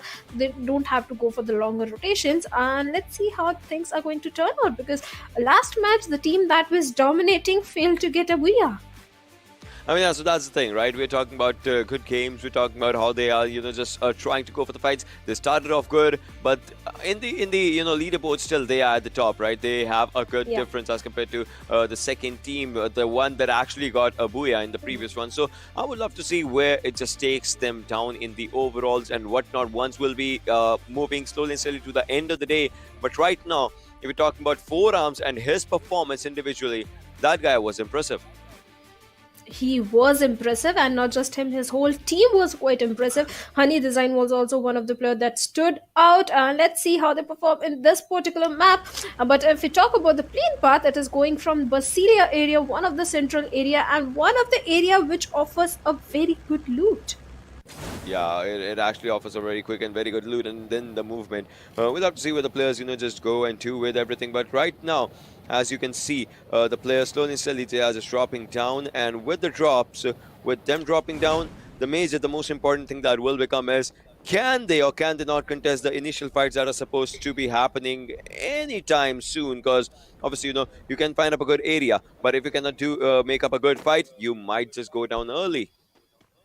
Well, you might go down early, and if you talk about some of the teams are also opting for Marble Works Island Golf Course is also one of the best places to land when it comes to loot. But right now, Team Assam is in close vicinity of another squad. Let's see how things are going to turn out for them. If you talk about AR Dikesh, he has no armor to himself, and Ricky has got a VSS. And let's see, last match we saw some amazing VSS shots, but Forearms was the one, if I'm not wrong, or his teammate was there with VSS. And let's see if they will be at the receiving end this time, or they will show again a very good performance. We will have to see. We'll have to see what happens. Forearms right now obviously needs up another gun, I would say, another even better if he just wants to go for this one. Ricky trying to spot a few players if Ricky can, and then would obviously like to take up a good fight for his own self. But if things don't just turn out in his favor, it might be a bad one. Well, right now, Raj again. So I would say Team Assam is looking good for the starters, but can they, look good for the endings? That is going to be like one of the questions. We'll have to see how things just happen. But right now, first blood just coming in means the fights are on the way. Fights are on the way, and Team Assam has already seen one casualty, and they are now down to 3 men, and see how things are going to turn out. On the other hand, Team number 9, if we talk about Ski, has been taken down. PS Immortal is also down on his knees, but he'll get an easy revival. On the other hand, Team number 9 has also seen another casualty, but the winning team, the Booyah team, is also in the closest. Even with that, AR Dikesh and AR Raj both goes down. Now it's all on AR Dinah of Team Assam, what he can do. Can he clutch it out? But no, he's not gonna fight against outnumbered fight. He's not gonna enter into. But with that, King's God is becoming the kill leader right now, and Dynasty, he need to run for his life. He need to go to a safer position and hold on to his position and get as many position points for his team as possible, because kill points are looking difficult for now. Yeah, kill points definitely are looking difficult for now. Plus, this is one thing, right? We're talking about the point structures and all. You get good points if you are having good kill numbers, and if you can, obviously it will be a good thing. I just want to see what happens with the team players, with the players right now, if they can go for the good points for themselves. But that's just a story that will just happen right now. KGM. Talking about these players tried, these players did decent, these players in the previous game, but in this one, they would like to, change the course for themselves if it can be done. On to the other side, look at this. Team number 11 is right out there. We might see an early aggression between these two teams happening. Well, we might see an early aggression between these two teams, and if we talk about the plus of team number 8, Hunter, they are having a good compound to their name, good compound to their name. On the other hand, the plus of team FF, Gamer Tag might go for a good rotation also because rest of his two teammates have been spotted down by the plus of 7 Heart Nation, and they are already dishing out a lot of damage on Hydra, not enough to take him down. But let's see if Hydra one wrong peak, if he comes out in the open area, he will be gone very easily. Yeah, so that's the thing. If that happens, then only this will be happening. Kraken onto the other side is just moving from one direction to the other. Obviously, just trying to relocate his position alongside his teammates. And with all the things, I would say somehow it might just go down. But Kraken has spotted up a few. Can he take him down? That's like one of the questions out here as well. Well, that is definitely one of the question. On the other hand, if we talk about the plus of team Murray, they also have to move into the zone area. So team Kasi FF is looking good right now considering their position because team 7 Hut Nation has to move into their direction. Let's see how they are going to do that. And again, Hutnell is dishing out a lot of damage onto Hydra of Kasi FF. He need to heal up really fast, and team 7 Hut Nation need to move into the zone area. They do. But right now, you see, as we can see, kill feed, it's kind of burning right now, and obviously there are a few players as well. Team number 4, this team is in the kill leading department. Obviously, they have done this previously as well. Would like to do this again, but will they be successful thoroughly in that one? This time, will they go for a booyah? That's going to be one of the questions. Forearms has 2 for his own bank. Would like to go for more numbers if he can, but again, let's talk about the numbers advantage, the game advantage. I would love to see what this team does this time because previously they did good till the end. It's just the end where they could not end it in the right ways. Well, definitely that was the thing. And if you talk about Immortal, also he's the last solo player remaining from his team. He takes down Forearms, the strongest player of this team. And let's see if he can get that confirmation onto him or not. I think he will get the confirmation. He gets the confirmation. Can he clutch it out? It's a 1v3 situation for him. He has the cover of a glue wall, but that won't be enough. Let's see. I think he is a little short on the loot also, but he has to be very careful because other player Honey Design is also in the open area. He could have taken him down. Lacked a little on the few shots, and let's see, can he take Honey Design down because Addiction is also showing some good rotation, and Addiction can take Immortal down, but Honey Design is rushing in towards him. Can Immortal survive this? He has taken a lot of damage. He's down to few HP, and with that, KGM gets eliminated, and Team King's God facing an early casualty, but looking very strong right now. They have got 8 kills. Well, yes, they have got 8 kills, but with this one, like they lost one of their players, and I would say that was a crucial player loss that they had for themselves. But it's still one thing that the team won't be just shying off from any battle, any sort of fight that will be given to them. But on to the other side, Honey Design is moving up forward as well. Last time it was Honey Design as well, who was one of the last survivors from this team. But this time, obviously, it's just one thing. But on to the other side, look at this. Jintu has spotted up a few players, a few opponents onto the other side, is trying to take him down. But as of now, no casualty coming from this team as a whole. Babu, Jintu, and Nayan, obviously 3 players out here, and then they are just moving up with maybe Pan or maybe Katanas in their hands, but we'll have to see if they can take up the fights. 9 teams remaining, 31 players alive in this one. Let's see where it just ends. Yes, let's see where this ends. And if we talk about Gods of Assam, they are also having a good position to themselves near the moat house. And let's see, they have the height advantage also to themselves, and they will stick towards the river area. Maybe the zone will shift in their favor, but we'll have to wait for it. And team number 5, if we talk about Gods of Assam, last match also they were at a good position in the overall leaderboard. But let's see what's going to happen this time. On the other hand, King's God, this is the team. This is that is performing really good. Again, 8 kills to their names, and let's see how many more to come. We will have to see how many more can just come out from this one. Look at this one. The drop has a growth star in itself. We've seen a few uses of growth star previously as well. Some players were trying to use it. Some players were using it to perfection. Some players could not. But, well, this is where things would be changing as we just see and as we speak. So let's just see how things just happen in this one. But Jintu, again, so talking about the players, talking about the way the players will be playing, I would say somehow they would love to just, end up their opponents slowly and steadily, and using the guns like Grodza, maybe MP5, MP40, all those, maybe it might be just used to the perfection for from these players if it just comes down to it. Yes, let's see if it comes down to it. But if we talk about the players of team number 11, also they have a good compound to their name. All the four players are still alive. That is going to be an advantage because in the final circle, we saw that happening with the players of team King's God. They were down to just one player, Addiction. If they had all the four players alive, they could have easily taken down BYN squad that was outside of the safe zone. And in fact, it was the only team that was outside of the safe zone and got themselves a booyah. So numbers advantage are always going to play a major role.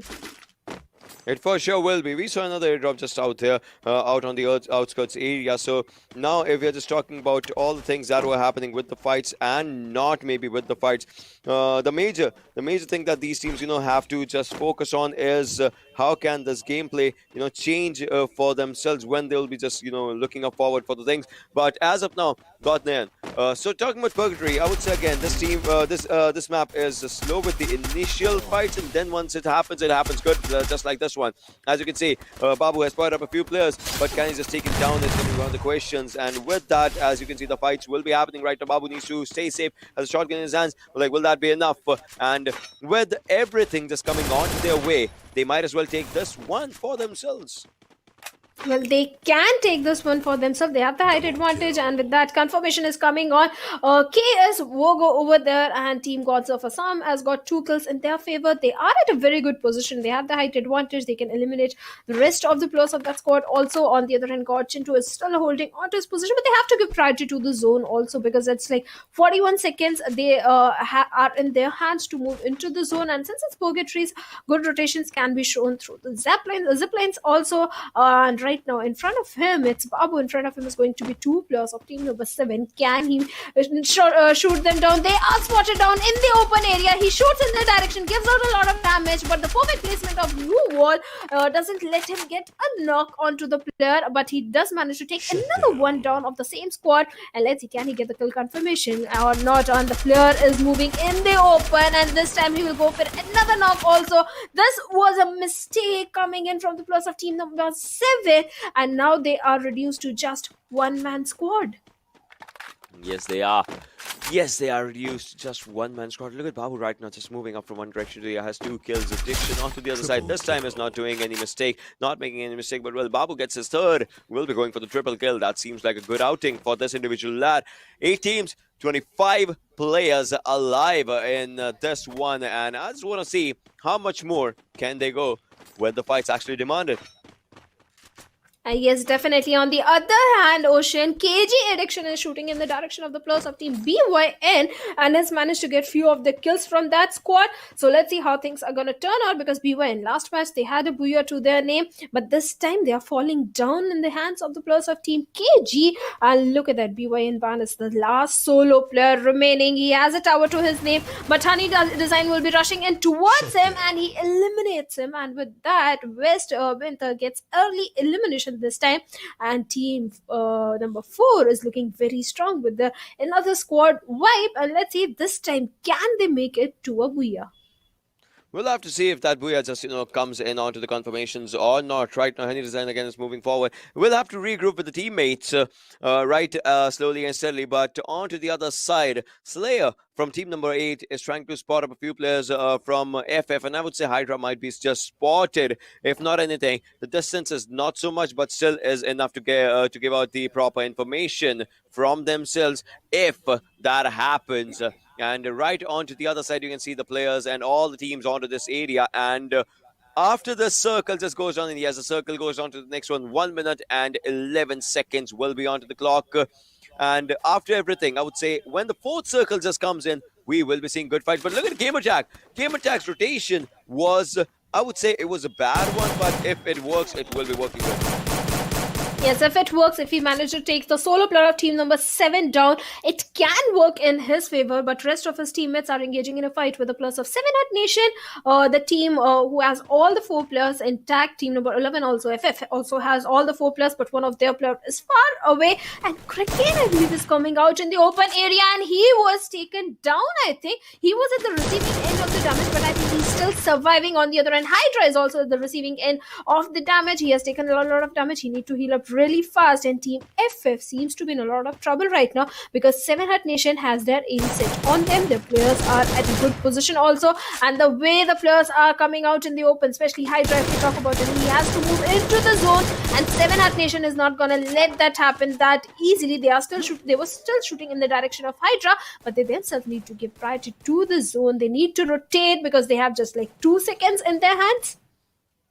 Yeah, time exactly will be a crucial one in this one. But if we talk about team number 8, I would say somehow they have good area, but now as the circle is coming up forward, Kronos has to move in, and the zone obviously is going to be giving a lot of trouble to him as well. Team number 8 is just moving out from this area as well. The Angel has been spotted, will be popping up those first aids for themselves. PewDiePie, this team again is doing decent. They have just 1 kill yet though, but now the most important thing for them is going to be getting inside the circle. They've spotted up a few players, but no. This will be a difficult one. A bad affair for them as they are being shot at. Angel might just go down. It's a crucial situation going up for the revive, but the zone is a bad one for both of them. Now the first hits are going to be just coming in, but Angel low on HP will go down.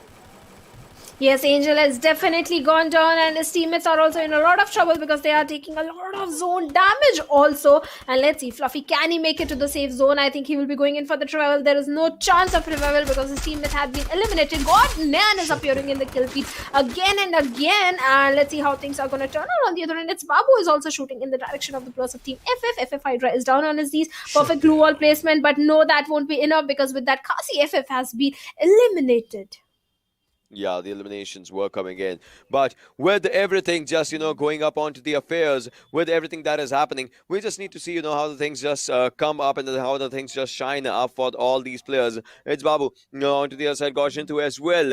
But the throwables are just, becoming crucial affair onto the sidelines. But team number 4, again, they are the kill leaders, and we know that they might just be winners for a reason. 5 teams remaining. 10 players alive. Everyone is trying to find out a good home for themselves, but as one more player goes down, we are down to 4 teams.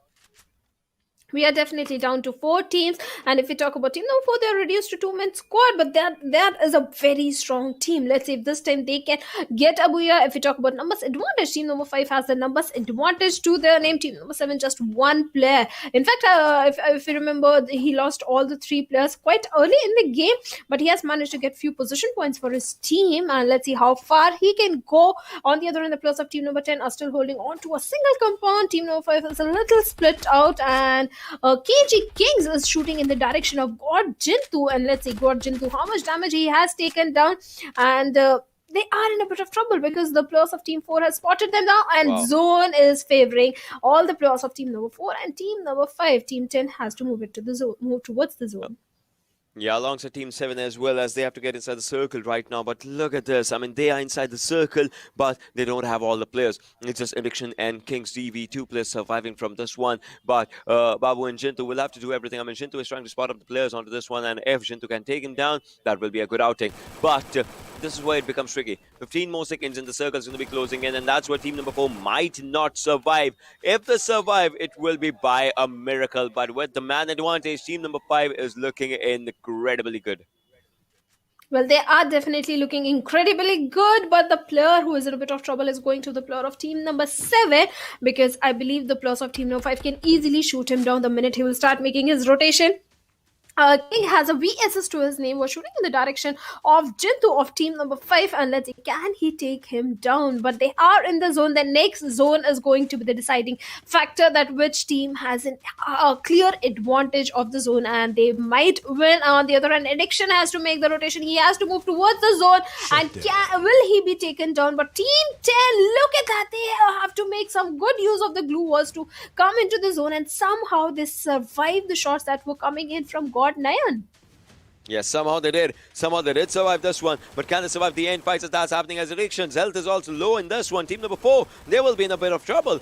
Kings, if he goes down and if Addiction goes down, that's the end of the team right now. Addiction is low on its HP, but is still moving in from one direction to the other. He's trying to just survive for his own self. Jintu is moving up forward, but that's where team number 10 comes in. They are trying to take him down. They are trying to take the players down in this one. Team number 10, the movement comes in, a crucial one, but no, the movement will be the end of team number 10. Almost one player is surviving out in this one, but look at this. Addiction has spotted a few players. players. Addiction might as well just take him down. This is where the crucial fights are happening.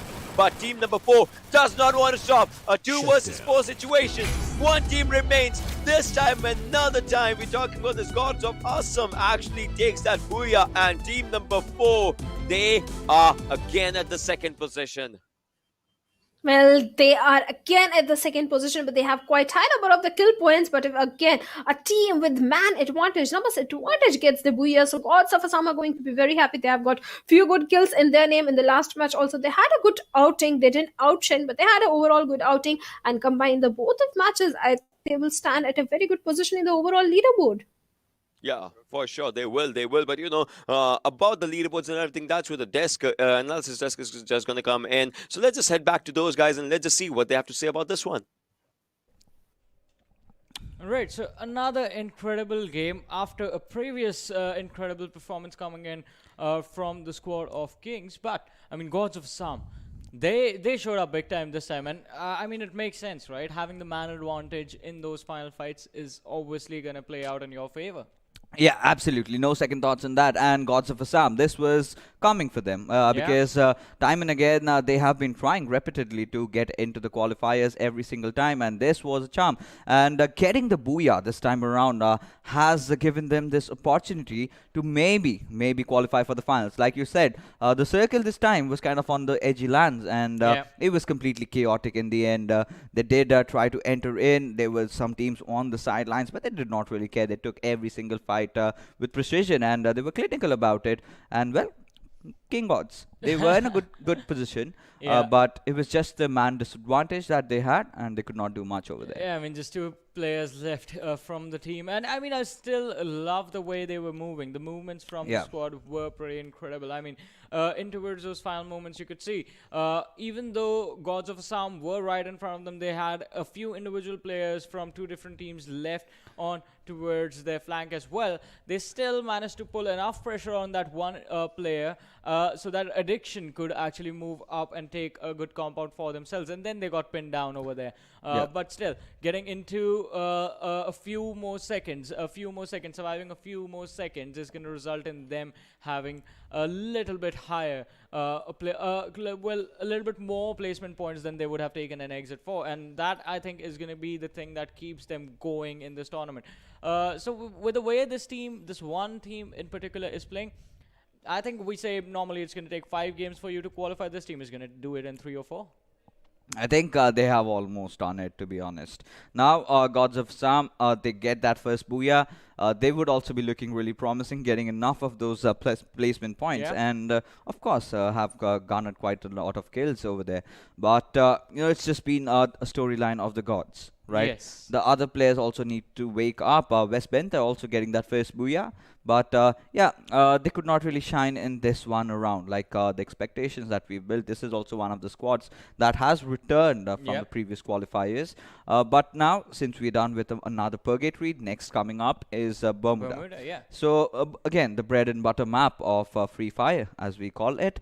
A lot of teams have kind of figured it out. But in the final circle, it all comes down to how you're using your glue walls, how you're using your grenades, how well are you taking your shots, what are your sync. What is the sync with your team? Because I see a lot of players are obviously going in for the shotgun plays as well. Exactly, and those plays help you earn points. So you need to be careful as to how or what plays you are making exactly. But talking about points, let's have a look at the standings as well. So Gods of Assam 44 and King's God come in on the second position with 43 points. What is happening? What is happening? That's a massive difference, man. I mean, they pretty much wiped out the half of the lobby. Yeah, and even more than that, both the teams, in fact. 26 kill points means 13 kills and 12 kills coming out for Gods of Assam. They talk about going big. And if you go down the line over there, look at the number of kills for other teams. Kasi Gamer just having three kills, could not do much. A position at the 8th spot. So apparently, we do have a lot of teams. In fact, these 2 teams are taking that break in. Fun thing fixtures. So, I mean, if we're going to take from the 3rd position all the way towards the 12th position, like 3 to 12 have the same number of kills combined as Gods of Assam alone. I mean, the number of points. Yeah. And I want to see what sort of an impact this has on the overall leaderboard as well. We're going to have that in front of us. And there it is, ladies and gentlemen. Kings got already sitting on 100 points. Do we already come to a conclusion over here? Because I think we, so. we still have 3 more games to go. But, apart from King's God and Gods of Assam, so other teams are kind of having a bit of a trouble over here. Rule breakers might just make it through. Same can be said for PewDiePie. Yeah. One good game might get themselves onto the 3rd spot. But apart from that, the 1st and 2nd spot are looking pretty much secure. Yeah, I mean, 1st and 2nd spot, Kings, Gods, and Gods of Assam, they have done incredible for themselves. But I want to say this. I mean, we still have 3 more matches to go, right? Yeah. So almost all the other teams have the opportunity of coming back into this tournament and the opportunity to qualify for the playoffs. I mean, in 3 games, a lot can be done. And Kings, God, and God of Assam are the living proof. I mean, they are the testament that you can just pull it off, not getting the booyah and just getting a lot of kills for yourself. So we're going to see if are there going to be other teams that can replicate the same playstyle, because right now it doesn't look like it. It certainly does. But, to get into the zone, you need to get a lot of kills. And to do that, you need to be very aggressive. Plus, you need to have a lot of Red Bulls. Exactly. Need to have a lot of Red Bull. So we're going to We're grab having us. ourselves another can of Red Bull because we're pretty thirsty after the intense action. But don't go anywhere, because coming right up is going to be match number 3, Bermuda, after this very short break.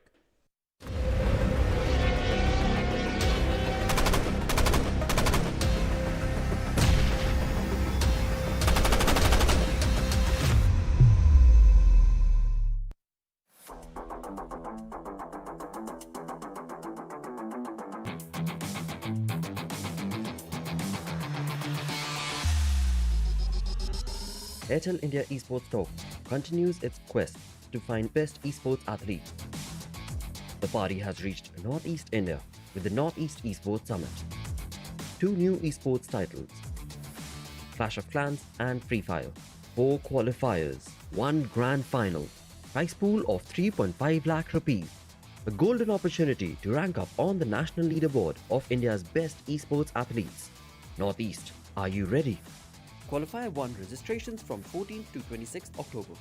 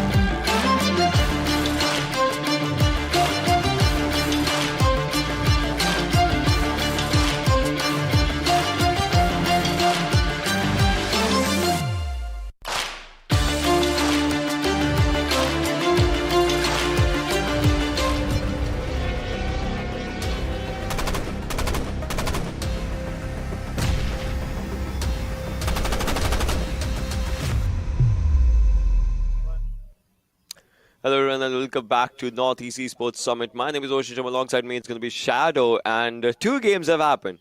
And in two games, if we're talking about a few teams that tried to dominate, they always came second. Like, what are your thoughts on that one?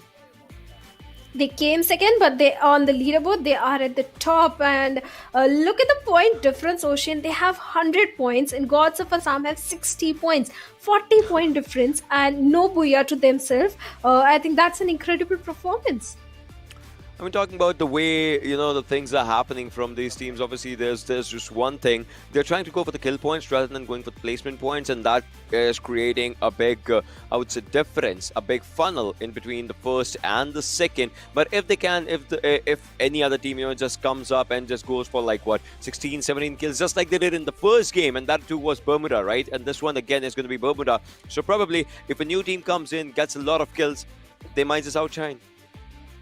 Yes, they can outshine, but we also saw one of the things that numbers advantage are playing a crucial role, especially in the final circle fights. Because in both the maps, Bermuda and Purgatory, the team that had the numbers advantage, that had all the 4 players alive, got themselves a booyah. This time also the same thing happened. So placement points are going to play crucial role, because for booyah you get 20 points. If you're a little short on the kill points, if you can't be so aggressive like Kings of God, just go for the placement points and get yourself a booyah.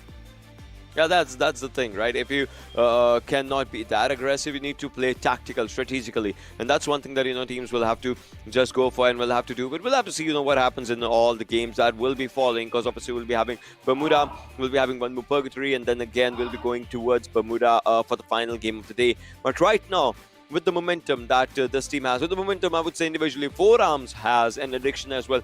Like, do you think there is any chance? Like, obviously they are going good with the kills, but like, what do you think they should do in order to get a good booyah for themselves? Well, even if they are not getting a booyah, they are looking very good. 40-point difference between the top team and the second team. I don't think they need a booyah. I mean, for a booyah, you get 20 points. For second position, you get 17 points. There's just a difference of 3 points. And for teams like Kings God, who are dominating so much and relying on the kill points, I don't think that 3-point difference is going to play a much important role for them, because they can easily get few kills in their hands. 3 kills are nothing for them, because they are dominating. They just land on the map. They start shooting at the enemies. They eliminate squad after squad, and then get themselves a 17 points. Nothing bad about it. Yeah, nothing bad about it, as we are just, we will be seeing what happens in the next match. Plus, obviously, the areas. Previously, the circle was going on to the Peak's backside. Let's see where the circle will go into this one, as we must like to strip Peak. Those are going to be the central areas right now, and the and the players are just dropping right from the start of the mill to the ending of Hangar. That's where we can see the players just dropping down slowly and steadily. But we'll have to see where the first fight happens. It might just happen at Peak area, because that's where two teams are just dropping down. And I can see so many squads gliding over the Bhima Shakti strip area. Let's see how many teams are going to be dropping in on the other end. Forearms of team number 3 is way to split out from his teammates. So let's see what is going to happen on the other end. BYN has dropped in towards the mill area, which is famous for its sniper rifles. So let's see what's going to happen. For now, the players of team number 4 and team number 5 are up against each other in the Cape Town area. And there comes the first knock. EK99 has been knocked down of team CGV squad, and I think Gorgintu will be going in for that confirmation also. I saw Car 98 in his hands, not Car 98, a sniper in his hands, and some snipe shots are also coming in. They are definitely just coming in right now. Nodwin again, trying to move forward, trying to move in out from one area to the other. Gods of Assam. We'll have to see if they can be gods in this one as well, as they already have 2 confirmations for themselves. Might as well, if they go for 4, would obviously be wiping up one squad. 11 teams out here in this one. 42 alive, and if we talk about the way the fights are happening and the way the players are just looking forward to everything, I would say somehow this team looks like a good, just like we were discussing, this team looks like a good tactical team overall.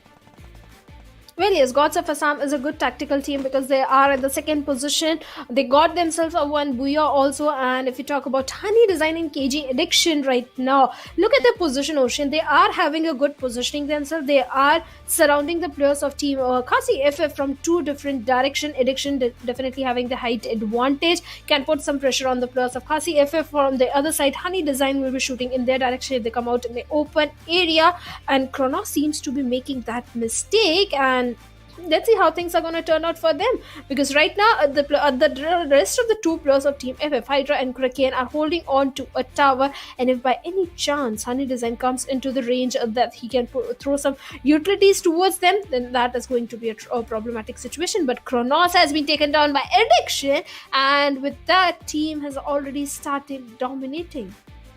They have already started out the domination good for everything for themselves, as they are just trying decent, I would say. But onto the sidelines, as we were talking about FF, I want to see what happens as Kraken Game Attack. Obviously they are having a good cover for themselves, but it's 4 it's Kings onto the other side, and we know that they are capable of pretty good fights. Game Attack against trying to spot up a few players, and Game Attack might as well take him down, but no. Honey Design from the back end sides, they have spotted him, but what's gonna happen?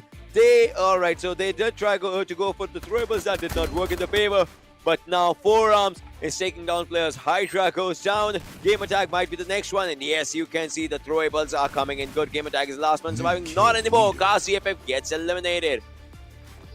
And with that, the team has already started eliminating squads, and our first squad, Kasi FF, has been eliminated. But yes, throwables played an important role in this fight, Ocean, and the positioning also of the players of team number 3, that is KG God. They had the perfect placement of all the 4 players, but right now, KSN is shooting in the direction of the players of Team God, and all the players are at the receiving end of the damage. They have taken a lot of damage. They need to heal up really fast, but for now, the players of Team the 4 are rushing into their direction from the open area. Let's see how that is going to turn out for them. They will have the height advantage on the players of Team 4, that is God, and Nan is there, and Zane was at the receiving end of the damage. He has lost his lots of health, but he has used his ability. He needs to heal up really fast, and let's see how things are turning out for this team, because one of the player of team number 8 is again at the receiving end of the damage, but God Nan will be the one to be taken down by Legend, and with that, Legend also gets a counter knock onto himself.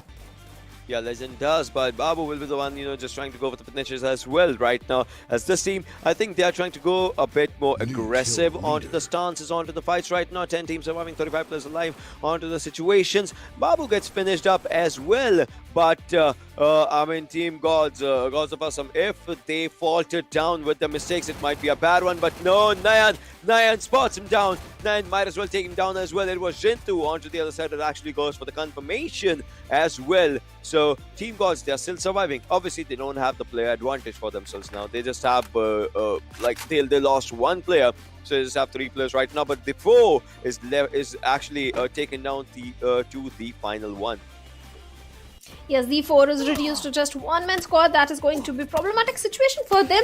Let's see how they are going to come up in the placement points, because that is what they have to rely on for now. And he has already lost some of his HP. He needs to heal up pretty fast. He will heal up, not an issue in that. But how is he going to survive the players of team number 4 who are hunting for him? From the looks of it on the minimap, it looks like they are searching for him, and they want to get the 4th kill also for themselves. And if all the players rush in towards him, he's going to be a dead man very soon. The way he's rushing in the open area, moving in the open area, he will be eliminated. And with that, the 4 has been eliminated, and Team Gods of Assam has got themselves 7 kills, Ocean, just in the starting of the game.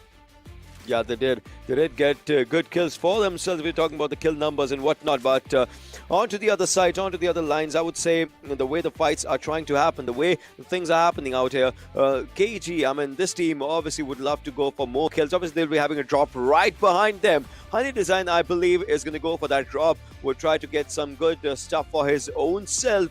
And after that, would for sure try and go for the fights. We're down to single digit in the team department. 32 still teams are alive out here. He's getting good guns. 4 arms. Obviously, will be going. Is he choosing Dragonov? I think he will be choosing Dragonov in this one. And after he goes for this one, he would go for a good fight. Team number 9, meanwhile, they are clustered in just one building. I don't know if that's going to help them or not, but that's where the fights will come. I mean, Dikesh can spot down Addiction or maybe Kings, but he's not choosing to shoot anyone. Well, he is definitely not choosing to shoot at anyone. Maybe he doesn't want to take any risk of exposing himself or his location. But there are 3 squads. Ocean. Team number 3 is there. King's God is there. Team number 1, PYN is there. Both of the teams we know they are very good. And team number 9 is also there. The team number 9 can do a third party also in this particular situation, because team 3 and team 1 are in such close vicinity. Team 3 definitely don't have the numbers advantage. No, they have all the 4 players alive. I'm sorry for that. They have all the 4 players alive. It's a 4v4 fight, and team number 1 players need to be careful of the throwables that could be coming in from the direction of the players of team 3.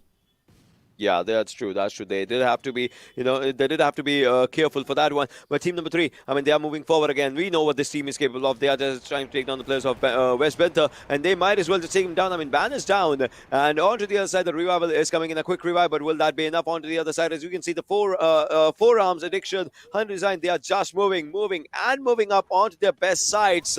But right now, Kit will be the next one to go around. Ban and Chester are surviving, but for how long will they survive as another fight happens and Addiction takes down Ban? Kit will be taken down as well. Ban will be finished. Chester is the last one surviving. Chester has been spotted. Shots were being sent out to him. He has a baseball bat in his hands. Obviously, will be going for the good movements. He's just trying to trick them down, but I don't think so. That this seems like a good choice. They are chasing him. They're chasing him. Chester will be going down soon, and there it is. West Benther gets eliminated.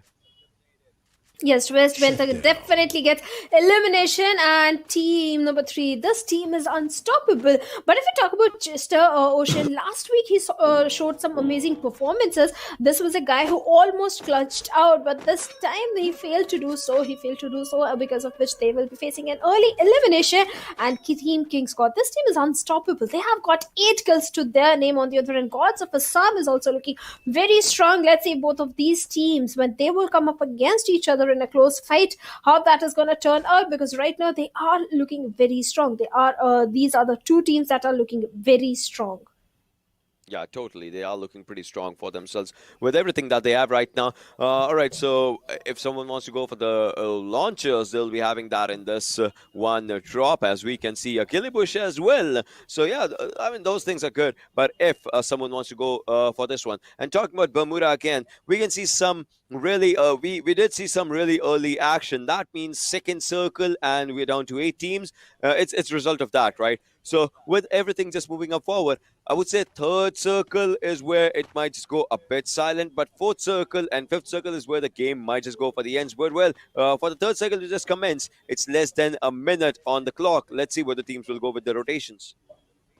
Yes, let's see where they will go for the rotation, but I think there are going to be some more fights, and we were talking about Gods of Assam engaging in a fight with team number 3, that is 4-arm squad, and I believe that is going to happen, and Assam Rhino can do a third party. There are 3 squads, and I think DJ Raj has already spotted on some of the players, and team number 4, one of the player has already been taken down, if I'm not wrong. He is at the receiving end of the damage. He is taking a lot of damage. Need to be careful of the position of Raj, because he will be sniping in their direction. Honey Design realize that there is a squad. There are 2 squads. They do realize 4-arms definitely have some height advantage, and team number 4 might be disengaging from this fight, but Chintu has been taken down with that. Raj also goes down from team DG, and team number 3, they will be again shooting in the direction of DYN of team AR.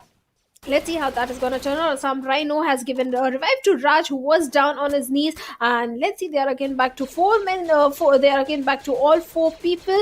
And Team 4 has decided to retreat. Team 4 definitely deciding to retreat in this one. And the most important thing for this team, right now just becomes is that we'll have to see how they just go for the fights right now. I mean, Ricky, from team number 9, if you're just talking about this team, they are really close to team number 3, and exactly right now the fights will be happening. Raj low on his HP. Will that be enough? 4-arms again moving up forward. This team is on a killing hot streak. From last 2 games, third one also, they would try to make it theirs. Like by any way, means or form, they would go for it. They would definitely go for a pretty good game if it just comes down to that. And for sure, they would end up the game in a very good way. I would say in a very good manner. This time, they would like to go for a booyah if it comes to that. But it comes down to one thing, and that is Honey Design has been finished from this one. Well, Hunting Design has been finished off, and Team PewDiePie has already been eliminated. But Addiction takes down one of the player of Team Assam Rhino, and with that, Assam Rhino also gets an elimination. But this time, Team King's God lost one of their player. They are now down to 3-man squad, but nothing to worry about. They have got 12 kills to back them. 6 teams are still alive, 19 players alive, and things are looking really strong for the players of Team King's God. They can again make it to the top 2. The kind of performance they are showing. So let's see how things are going to turn out. But they are still lacking that booyah. Let's see if this time they can go for it. If you talk about numbers advantage, they lost one of their player. They have to move into the zone also, but a UAV is also going on top of the players of team number 4. So let's see if their location is going to be exposed or not. For now, their location has not been exposed, which is a good thing. It is a good thing. It is totally a good thing as of now. Well, 54 seconds onto the clock. Just like I was talking, just like we were predicting this, that third circle is going to be a really, really calm circle. But after this, when the fourth one just comes in, it's going to be actually a complete madness, as we'll be seeing through it. But, well, gods, I mean, this squad is just moving forward. They also lost one of their players. But still, it's a team that has gone for booyahs previously and would like to go for another booyah right now. Right now, they are pretty close to team number 10. And last time also, I would say, team number 4 took down team number 10. We'll have to see if the fights actually just go with the same pace or not. 19 players alive, 6 teams surviving, and probably onto the northern sides of Pochinok is where these teams have to go. Well, Pochinok is an area where there are so many buildings, so utilities will also come into handy. But KG Addiction with that VSS takes on one of the player of team number 10. And let's see, can he get the confirmation? He does manage to get the confirmation, if I'm not wrong. No, yes, he does manage to get the confirmation. And now the players of team number 7 need to be very careful because they are reduced to 3-man squad. KG Addiction is gaining the HP that he have lost. On the other hand, his teammates are shooting in the direction of the players of team number 7. Another player has been taken down from that squad. I believe it's the last solo player remaining from that squad, but 4 Arms gets a knock. No, it was not solo player, it was 2 players, and CB takes down 4 Arms from the backside, and Addiction need to shoot in his direction to provide the backup that his teammates need right now. That's true. 6 teams alive right now, even as we were just talking and seeing KG Addiction onto this one. Might as well take one down, and he will for sure. This team is looking good with the kills. 13 already. 4 Arms has been spotted. 4 Arms might just go down. He is trying to go for the walls for his own self onto the other side, but right now Addiction is trying to take up a fight, a 1v1 against his opponent from team number 7. He has to move forward. Is he moving? Yes, he's moving. And Kings as well. They are trying to take down the opponent from 2 different directions, and that seems like a pretty good outing for themselves. 4 Arms is taking up a good fight as well. Addiction takes another one for the bank. 4 Arms has spotted another one as well. This team is wonderful with its gameplay.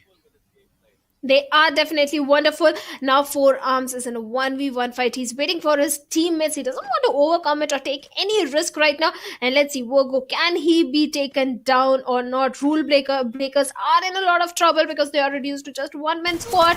And King's God will be the one to eliminate them. And with that, rule breakers have been eliminated at 6th position. King's God, look at the number of kills. 16 kills to their name, Ocean. They are looking so strong. They have a good positioning in the zone also. They have a height advantage, and they might be able to spot none of team 4 star over there, and then they will be eliminating another squad. But 4 star gets eliminated by the players of team 11. He exposed himself by shooting into their direction. He was a little greedy for the kills, and that's why he had to lose the position points also. And right now the players of team 4 are also in a lot of trouble because Nayan has been taken down, and Jintu is moving into the compounds of the players of team number 10. He's heading up for a 1v4 fight. Obviously, Booyah is not for Gods of Assam in this one, as this team gets eliminated, as we can just see and speak. But right now, 3 teams surviving, 10 alive, and I guess Four Arms and his team does want a Booyah in this one. Kings TV, he is getting shot at as well. Addiction is taking his own fight right from the underground for his own self. But Kings TV, look at him applying pressure onto his opponent. But the main thing is, they don't have the circle. Yes, they don't have the circle, but if they manage to eliminate the plus of team number 10, they will be in a good position to make their rotations into the zone area. All the plus of team number 10 are having a good placement of the glue walls protecting them. But that will that be enough? That is going to be the main question. Kings God do have 5 seconds in their hands to start making their rotation. They need the glue wall, the cover to move into the zone. On the other hand, Four Arms has been spotted down by the plus of KGM. KGM is at a very good position right now to create trouble for the plus of King's God, and with that, Four Arms has been taken down considering those quick shots coming in from the plus of KGM. And let's see how the rest of the 2 plus of team King's God are going to survive. Well, that's important, that's difficult, that's tricky. But if you're talking about KGM, we'll have to see what KGM does in this one. The USA FF onto the other side, you can see they are just doing good for themselves as well. Double kill coming in from action. But will it be enough? They have 8 alive, 3 teams surviving onto this one. Again, this is going down to the final circle. After this one, we will be witnessing the final circle, as that's going to be the 7x7 for the zone numbers. But action is moving forward. This gives time for Addiction and Kings to move forward, and you can see that they are just deploying good balls for themselves. Growths are being used to its perfection. 6 alive. It is a 1 versus 2 versus 3. No, it's 2 alive now, as it's 3 versus 2. One more team goes down. Addiction moving up forward. They are creating walls for themselves. A 2 versus 3. This is the chance that this team needed for their Booyah. If they can make it, it's going to be a big one. Ski is being taken down from the zone as well. Ski is low on HP. 2 versus 2 is where they are right now. Can this team go for a Booyah? They have just 1 player remaining for themselves for the Booyah. 1 versus 1 is where it is right now. And there it is. There it is. An incredible Booyah coming in from King's God. Finally. Well, finally, this team was dominating. They were just lacking on that Booyah, and finally they get it, and they get it in style. I just want to see the number of kills they have in their hands, Ocean, because last we saw they had like 13 or 14 kills in their hands, and after that they were going for more kills. Also, they were, in fact, they had trouble entering into the zone, but later on, the fight between the remaining other 2 squads worked in their favor, and they got themselves a Booyah. Exactly. Let's just see what the analyst and the host has to say about this one, because this was an incredible match. Guys, just take it away.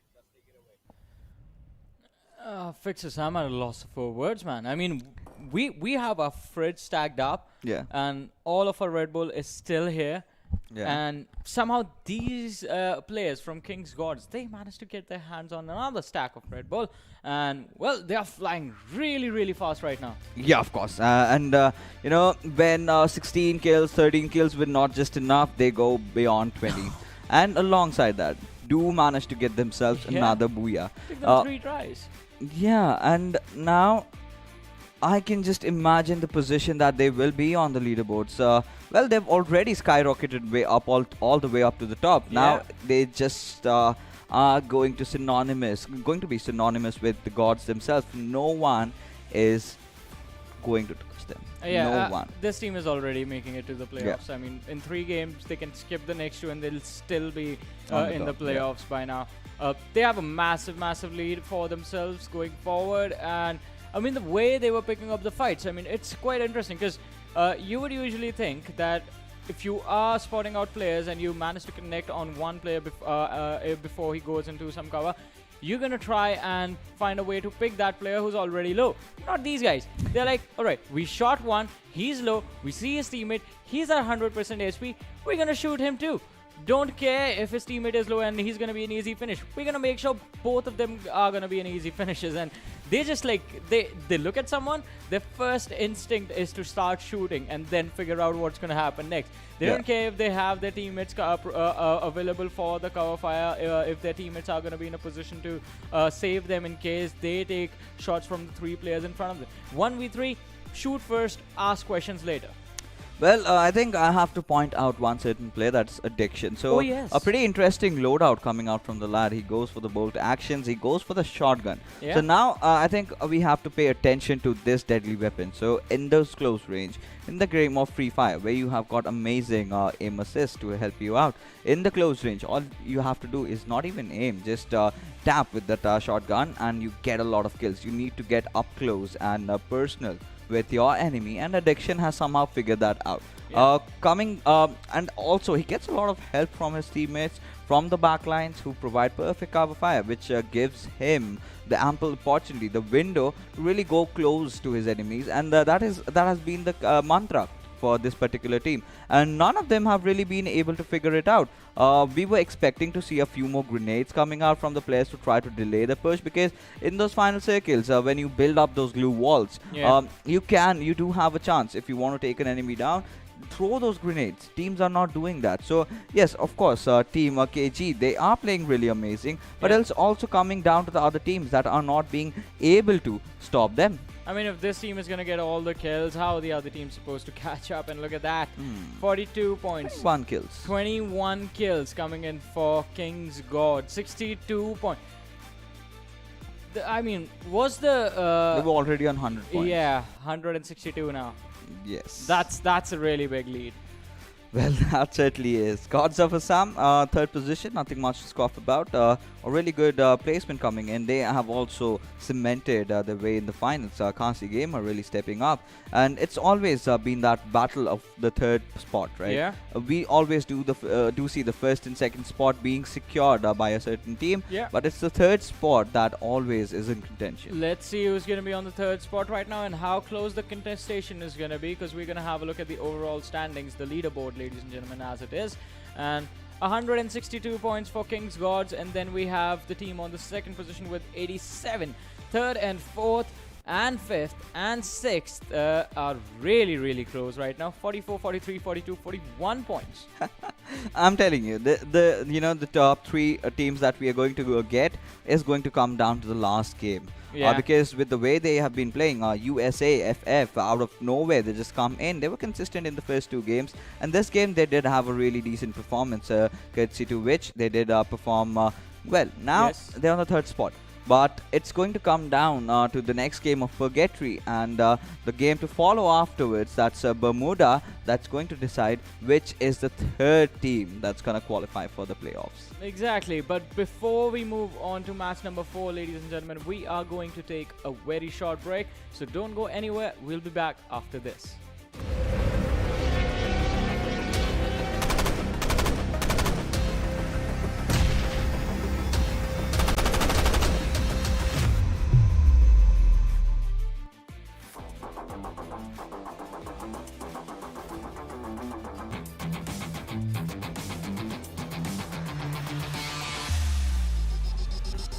Airtel India Esports Talk continues its quest to find best esports athletes. The party has reached Northeast India with the Northeast Esports Summit. 2 new esports titles, Clash of Clans and FreeFire, 4 qualifiers, 1 grand final, prize pool of 3.5 lakh rupees, a golden opportunity to rank up on the national leaderboard of India's best esports athletes. Northeast, are you ready? Qualifier 1 registrations from 14th to 26th October.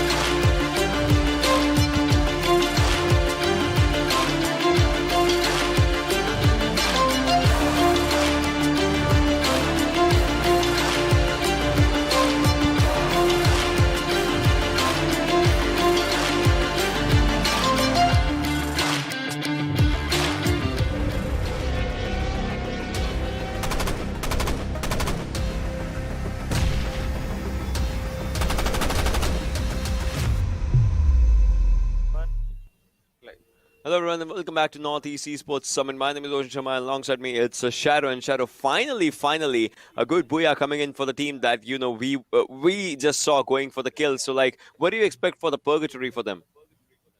Well, Kings definitely got themselves a booyah. Last time Purgatory, we saw the zone was towards the northern side, so teams had to struggle a little bit. So let's see where the zone is going to form this time. But I already see a squad at Mothhouse right this time, and some action is up for Chester because he's up against the players of Team God, and he is right now the solo player in their compound. Yeah, solo play in the compound on that one. But look at Lumber Mill, Fire Brigade. Obviously, those areas are empty right now. And we'll have to see, how things happen, how things go. But Brasilia, that's where, two squads are in that area. And right on the southern side of fields is where one is. So I would say we might just see some early engagement. But for that, we'll have to see where the circle just forms up. Yes, we'll have to wait for the circle to form, and this time also, if it's a northern circle, team number 9 will be at a disadvantage because Mothhouse is a island we know which is easy to defend and hold on to. But if the zone shifts, they'll have to make some shifts towards, especially towards Fire Brigade. And I can already see, if you look at the map, some shots are being exchanged between the players of Team PS and Team number 10. Also, Team 6 and Team number 3 will also be up against some early action. So we are going to be seeing some early fights in this map. If we talk about Marble Works, also golf course is also one of the place which offers a very good loot. 3 squads are onto that island. Let's see how the rotations are going to come in, because if it shifts towards Brasilia, the three squads will be making rotations, and during rotation we might see an action or a fight between them. Ski Lodge, Team West, BY in last match had an early elimination, so they are holding on to their position near the Ski Lodge. Yeah, and Kit was like, one of the last members to go around from this team in the last game when obviously, Four Arms as a squad just charmed in onto them. But we'll have to see what happens. Obviously, the team has one kill for themselves. Chester took one for the team, and we still have like 46 players surviving. And then if we're talking about the players and the teams, we have 12 teams out in this one.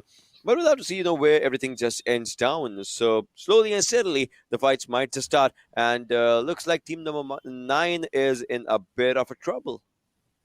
Well, definitely they are in a bit of trouble because Team 5 is right in front of them, and they don't even have too much of the cover to themselves. So let's see how things are going to turn out. There is a river that is separating the two squads, so we might not be able to see a direct charge or a direct rush onto each other. But Team 5 has to be careful because there are many squads at the backside also, which they have to be careful of. Team 10 points of the plus of team number 8. Let's see how that is going to turn out. 7 Hut Nation last match, decent outing but not very good. This time let's see how they are going to perform. Khasi FF is also holding on to their compounds right now, but FF Gamer Tag has been taken down by Godman of God of the Cup, who have already lost one of their players, Jintu, and let's see, can he get that kill? Can he get the confirmation on the kill? And right now Team 3 is also in a bit of trouble because they also lost one of their player, and it's Babu might be coming in the open area, and Godman is also there. There are 3 players holding on to the ridge area, and they are rushing into the compound of FF Gamer Tag. They are rushing onto the area. It's Babu again. He's trying to spot a few players, but as the thing was, Shintu, I mean, he was lost already. FF Kraken is trying to spot up a few players, but no, right. Game attack has been taken down. That seems like a bad thing. Another one. Kraken will be taken down in this one. 3 players are down. It's just Hydra. Last man surviving is giving up a revive, and that came up in time. New kill leader, it's Gods of Awesome. Another revive coming in, but I don't think so. It's going to be for long as the teams are being taken down. Yes, Khasi FF gets an early elimination, and on the other hand, team number 10 and team 8 are also up against each other. One of the player of team 8 is already down, and team 10 Hunter is already down. A revival should be coming in any minute, but let's see, will they be able to get the revival, because team number 8 lost 3 of the players. It's the last solo player remaining, and Black Slayer is not making any sound right now, and they will be rushing in towards him, but he is trying to disengage, retreat from this fight, but there is an open area. Can he do it or not? That is going to the main question. He might go waterways also, or he might want to hold on to the tower. For now, he's holding on to the tower, but it won't take much time for the players of team number 10 to spot him out and eliminate him. Probably yes, but on to the other side, you can see team number 10, they are again trying to spot much more players, have 3 kills already. Not the kill leaders though, because that's where the team number 3 is shining out. That's Gods of Awesome, and they are just shining up good. They lost 1 player, but still they're trying to go for the good one. Chintu has been taken down as well. Oh, as we're just looking forward to it, Gods of Awesome gets eliminated. Forearms again. Well, again, this is a team that you don't want to mess up with. KG's Addiction, Honey Bridge, and Forearm, especially as the guy you don't want to mess up with. And Gods of Assam facing an early elimination. It is not going to go down well within the overall leaderboard. But if we talk about Team BYN, and given that KGM also gets an elimination at 10th position, lots of squads have already been eliminated. And if we talk about the plus of Team BYN, they are in the Forge area. They have a good compound to their name. They will be holding on to their position. Let's see for how long. Right now Chester is in the open area, and if we talk about BWN, the very first match they played, they got themselves a booyah, but after that they have not been having a very good outing, Ocean. Yeah, they have been having a pretty good or a great outing as per se, but it still just comes down to the calculations. So far, I would say they are having decent calculations of rotations for themselves.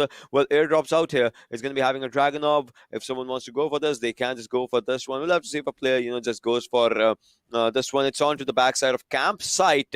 Sounds like a pretty good area, sounds like a decent area, but talking about this map as per se, we were talking about the differences in Bermuda and Purgatory. So Purgatory is where first in the first circle we see fights, then we see fights straight away in the last circle. We'll have to see if that is the same thing that happens in this one. But well, King's God, they for sure are God. I mean, even if they don't play the final match, they'll still top the table. That's the amount of lead that these players have. Well, they are having quite a lead, and this match also they have taken down one of the squad which was at the second position, that is Gods of Assam. So that is also going to work in their favor, and let's see, maybe they will be up against the players of Team BYN. Because these two squads are in a close vicinity. But right now, look at the placement of the players of team number 4. They are in a 2v2 split, and all the squads that will be rotating from the Basilia Island, they can easily shoot towards them because there is a river that is connecting the two islands. They will be making their rotations waterways, and Team 4 won't have much trouble shooting in their direction and taking them down. Let's see how things turn out. But for now, we are going to see some more action in Brasilia area because we have team number 10 and I believe team number 1 also. Yeah, we do have teams out there, but I would say somehow team number 10 is looking really good. Already they are the kill leaders. You can see their names blazing fast high. Team number 1 is something that would like to stop them and stop them in their paths. As you can see, a few players did get shot from team number 10. They'll have to go for the retaliation. They cannot go for the fires right now, as the firepower might just be a little short. Plus, comes on to one thing, that team number 1 is having an upper ground advantage as compared to team number 10, so that for sure will create a lot of differences as team number 1 is looking really strong. But no, is just moving up forward. They are trying to take the players down, but it is a trade fire that is happening. Both the teams have lost their players one by one, but look at this. Team number 1 is in a lot of trouble. On to the other side, team number 11 is taking a fight against team number 6, and West Panther might as well just go down. Kit's health is pretty low. Addiction will take him down. West Panther gets eliminated. King's God will be the new kill leaders. Well, King's God is always the kill leaders, and they are again the kill leader. They have 7 kills to their name, but they need to make those early rotations towards the zone. But there is no other team that will be giving them trouble in that rotation, because if you look at the position of the plus of team number 2, they are at the northern and eastern side, and team 11 will be coming in from the southern side of the map, so they won't face much problem. But for now, team number 4 is looking very good in that 2v2 split that is happening over there. And team 9 is also up for some rotation. A UAV has been deployed. Let's see which of the team will be positions will be exposed. Yes.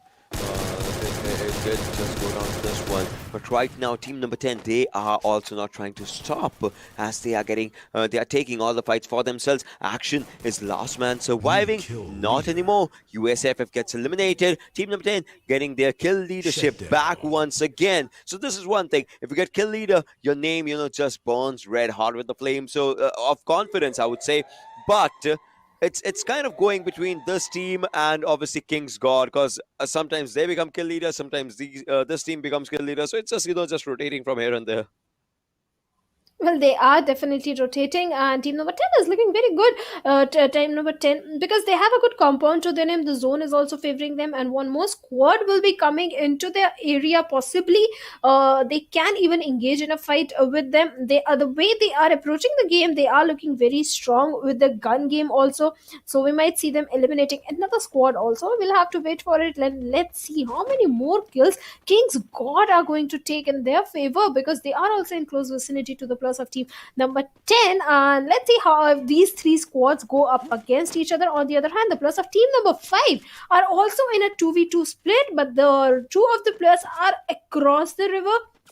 And let's see if the zone shifts. Most probably the zone will be shifting towards Marble Works. The rest of the two players will also have to make those rotation. And now Kings God are up against the plus of team number 10, as one of their player has been taken down, but they are coming in the open. Hunter, that was a mistake coming out in the open area, and Hunter has been taken down by 4 arms, and now team number 10 is in a lot of trouble.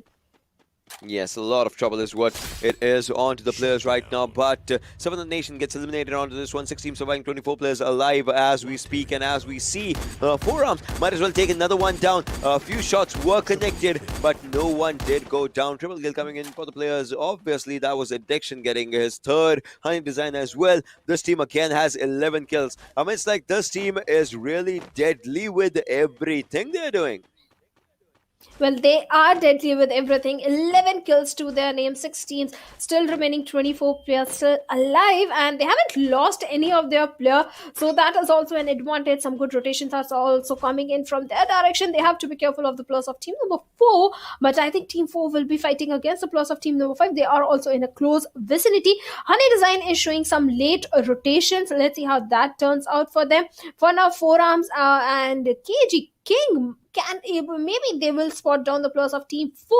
They will be having the height advantage. They can take some good shots on the plus of team 4 and get few of the knocks in their favor, or maybe the kill confirmation also. On the other hand, team number 2 is looking good. They have a good compound to their name, and team number 9 also.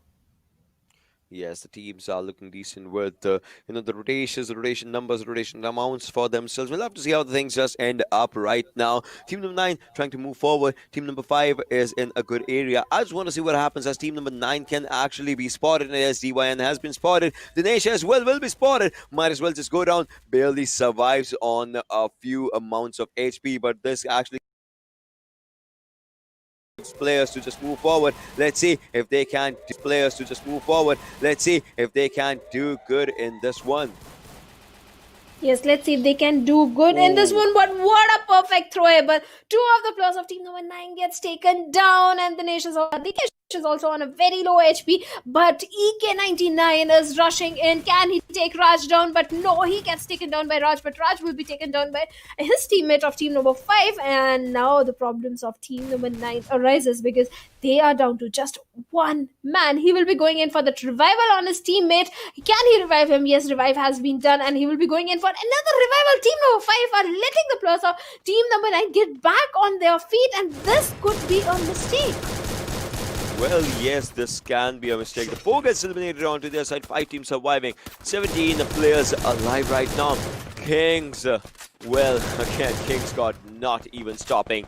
Is there a stop button to these players? They have 15 kills for themselves. 4 arms addiction and 9 design. They are trying to spot the players and taking down slowly and steadily. They have spotted up a few players, and this is what these players are doing.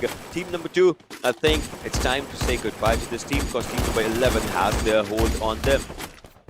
Yes, they are definitely spotted them down and basically pinned them down. If we talk about Honey Design gets knocked out, but he will be revived very soon. He needs to heal up really fast. And now the problem for team 4 also arises, because Addiction has spotted them down. And look at the placement of the players of team number 11. They don't have the zone advantage, but they have the height advantage. If they are able to eliminate the players of team number 4, then no one is stopping them from going in for another booyah. But right now, King is engaging in a fight with the players of team number 2.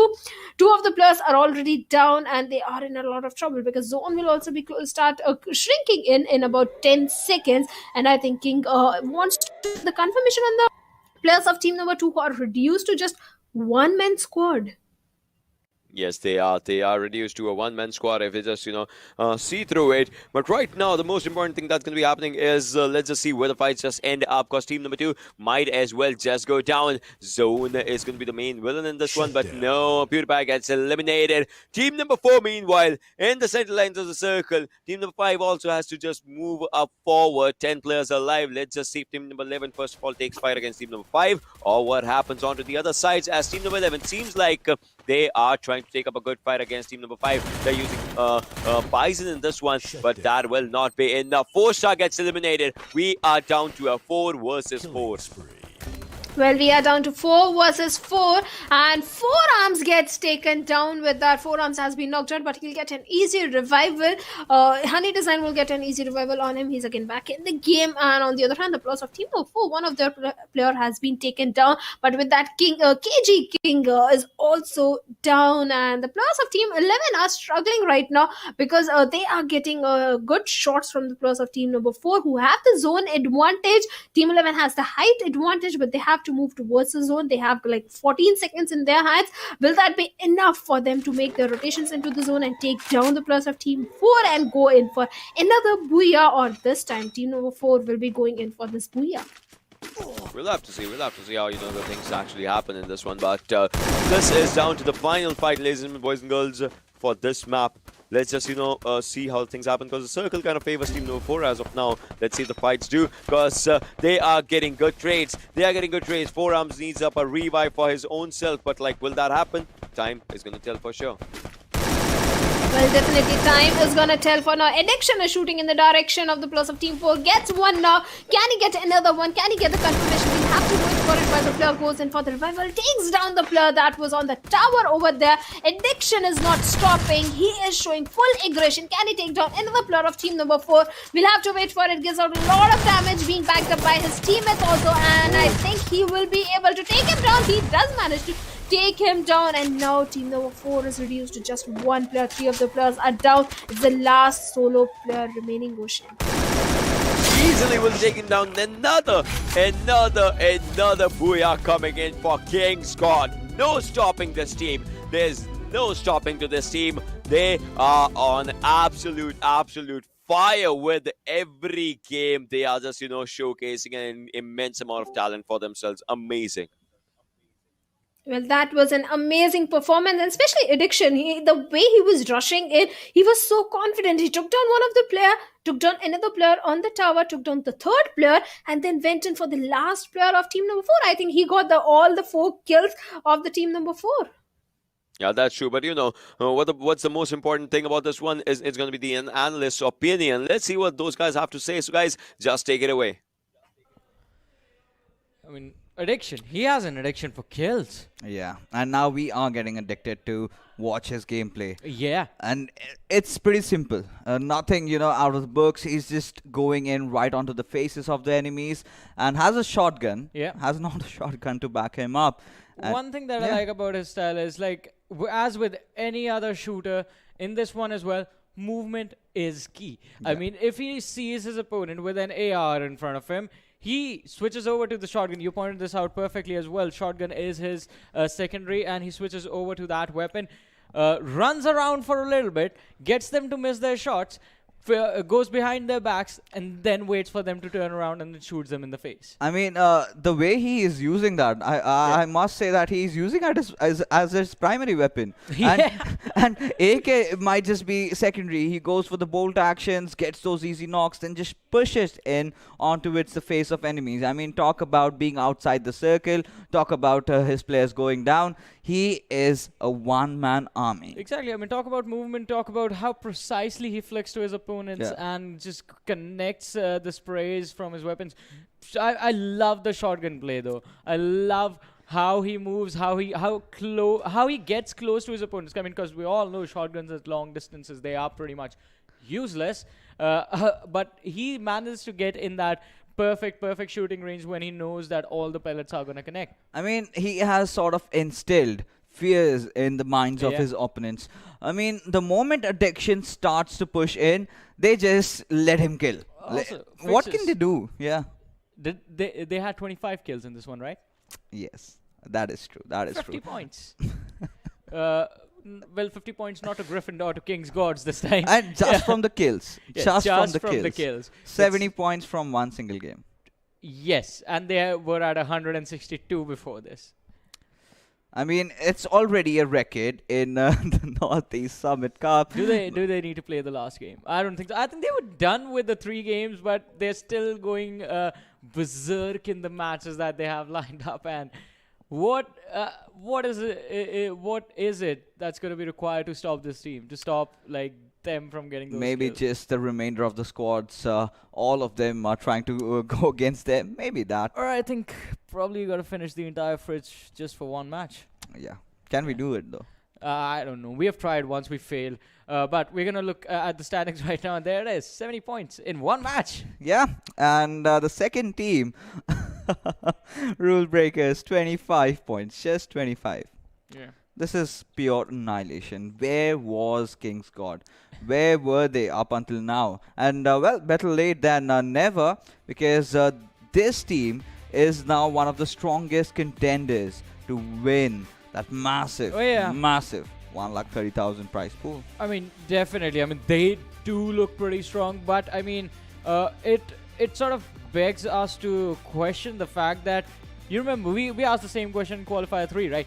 Where was this team before this? Let's have a look at the leaderboard once again, ladies and gentlemen. 4 matches are done. We just have one more match to go, and there it is. 232 points for King's Gods. Gods of Assam on the second with 96. I'm done. Yeah. Do you think they can go for a hat trick? I mean, considering the way they have been playing. I mean, they can go for a hat trick, but do they even need it? Look at that. Placement points 74, kill points 158. Do you think we might hit 300 though? Yeah, definitely. That's a possibility, provided if they get 25 kills So again. they've got and 20 plus kill points in both the their last 2 games, and if they get 70 points again, I guess 300 is going to be the marker. Let's see. Let's find out if that happens. But before that, before the last game, we're going to take a very short break. So just stay tuned, keep watching. We'll be right back.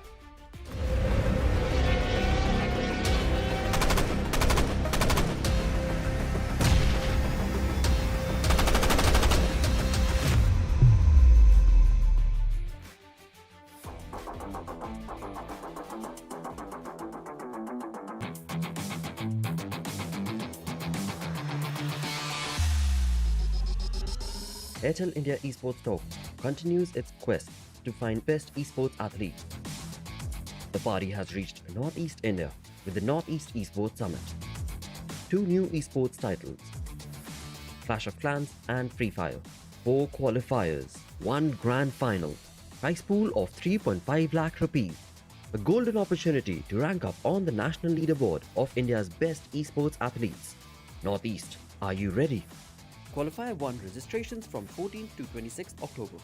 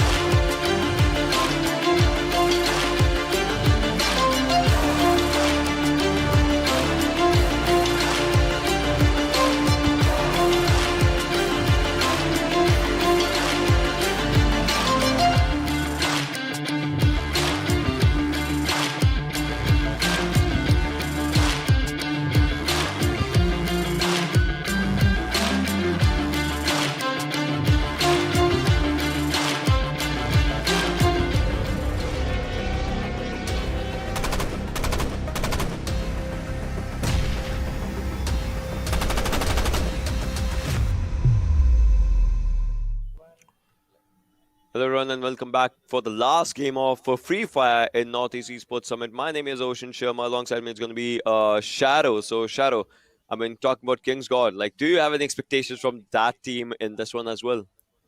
Well, they are going to dominate. There is no doubt about it. They have been dominating. But what is the main question is, can they go for the third booyah of today? I mean, look at this. Honey Design is away from his teammates. I would say that might be a bad outing. I mean, you never know if that works. That will work good. But, we'll still have to see how the things just come out, how they plan everything. Garginto has been spotted as well, and he might just go down. But so many teams onto Clock Tower. Well, yes, so many teams are in the Clock Tower, so Clock Tower is going to see a lot of action right now. Team 9, Team 5, Team 7 and Team 8 and BYN Jester is in a bit of trouble because the players of team number 7 are rushing in towards him and he's a solo player remaining, and I believe he has a little short on the healings also because he's at a very low HP, 1 bullet. And what just happened? The team number 7 players just completely ignored BYN Jester.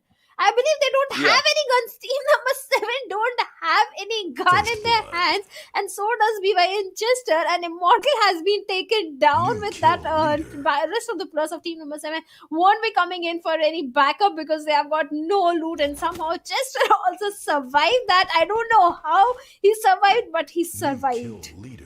Yeah, he did survive. But new kill leader coming in from West Bantha. That's a different one for today's game. If you're just talking about this team number 8, look at this. They are pretty close to team number 9. That's pretty close to team number 5 as well.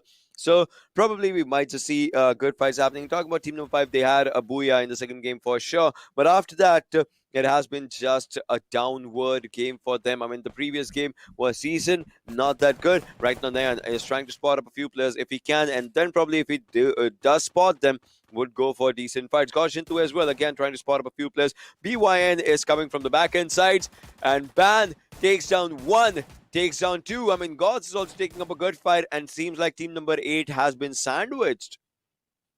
Well, they are definitely been sandwiched because there are so many squads right there. Honey Design is taking shots at FF Kraken, and Kraken has been taken down. Its Babu is also having some kills to his name. Team 11 is also in a bit of trouble, but Jintu rushes into the compound of team number 9, takes down 1. Can he take down another one? He gets the kill confirmation, and can he take the last person also? And with that, team number 9 takes down 1 of the player of team number 5, 2 of the player. In fact, now they are reduced to 2-man squad. Can they go for the revivals? We'll have to wait. They eliminated the players of team number 9, but team 8 is rushing into their compounds. And are they ready for the fight? Yes, the revivals have been done.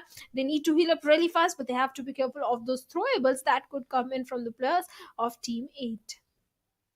Well, yes, that's true. But right now, team number 5, they are looking good as they have 1 house for themselves. But team number 8 might as well take up a good fight, and it seems like they are rushing in. They are pushing in. There are so many teams that has nothing to lose. They would like to push in for each and every inch of the fight right now. Bison in the hands, AUG as well in the hands of the players, and they are just, moving in from one direction to the others. We'll have to see what happens as the fights will be happening. And on to the other side, I would say team number 8 might be in a bit of a trouble, but Kaziev gets eliminated onto this one. 10 teams surviving, 36 players alive. Team number 8, they will have to see through everything. One of their players needs a revival, will be giving up a revival right now, but will they rush or will they not? That is a question of the hour. Well, that is definitely the question. Will they rush? And yes, they have decided to rush into the compound of the class of team number 5. Team number 8 takes down 1 of the player, and let's see, Mungsound is shooting in the direction, taking down few of the players. Jintu also, on the other hand, is appearing in the kill feed with that team number 5 eliminates another squad and gets 8 kills to their name, and that too, Ocean, without any casualty. Team number 8 rushed into the compound. They took down few of the players, but somehow the players survived, eliminated the whole squad, gave revive to their teammates, and now the players of PewDiePie also seems to be in a bit of trouble because team number 12 is in a close vicinity to them, and they have spotted them down. Definitely. They have spotted them down, but team number 12, This seems like a bad outing by one individual, and yes, it will be. Obviously, you did not have to go out in that one, and now the finish will be just coming. It just happened right in the end of the seconds. In less than 30 seconds, though, the next circle will be forming up. Players will have to move on to those areas. And talking about the teams right now, we did see what King's God can do. We know what, if we're talking about PewDiePie, they can do. But right from the other teams, I mean, we need to see some different strategies, different scenarios out here. Dhan, again, is trying to move from one direction to the other. Obviously, they have lost one of their players. But for 4-star, not all hope is lost. They still have 3 players surviving. They might as well take down some good fights.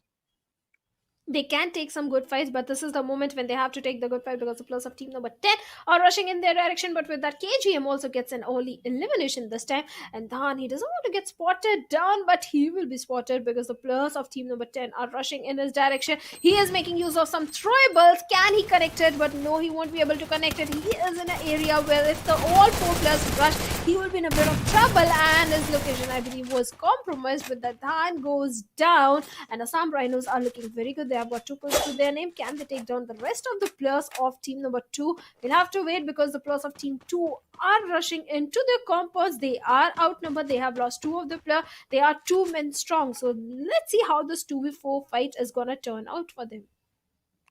We will have to see, how the things are going to be happening as CG. Talking from 4-star, they lost 1 more player. Now it's just 2 players surviving. They're also just, again, moving from one direction to the other. 8 teams, 24 players alive. Plus, there's one thing about this team is that they are playing the edge of the circle, but it's just 1 player. Queen is right behind the players of team number 10. So this might be a bad fight as Raj is just moving forward against Queen. Will be taking them down? Nope, not yet right now. They still need to fire some shots. And now the shots are coming. Raj, can he get that confirmation? He might as well, as Queen's health is pretty low, but the retaliation fire comes in from EK99. But now he is also up for the grabs.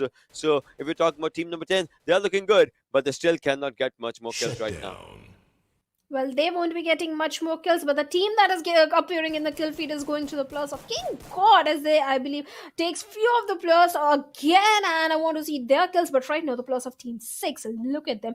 That is the squad I'm talking about. They did a good third party in this particular situation. Assam Rhino versus King God. Let's see how this fight is going to turn out. King's God have the height advantage. There are 3 players, and Dikesh, I believe, is shooting in the direction of Honey Design. Tried to land few shots, but somehow the player avoided all the damage.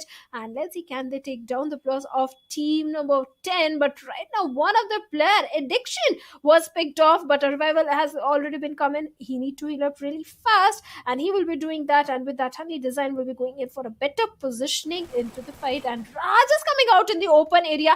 This could be deadly for him, but with that, Cavalry is right behind him to provide the perfect backup that is required. Addiction is also trying to change his position. Kings is trying to stop the push that could be coming in from another player that is of Team AR, Assam Rhino. As of now, yes, but on to the other side. Let's just see, how the fights end. I think this will be a pretty fast-paced match, the way it is going. And obviously, Circle has to converge for sure. But look at Peak, so many teams.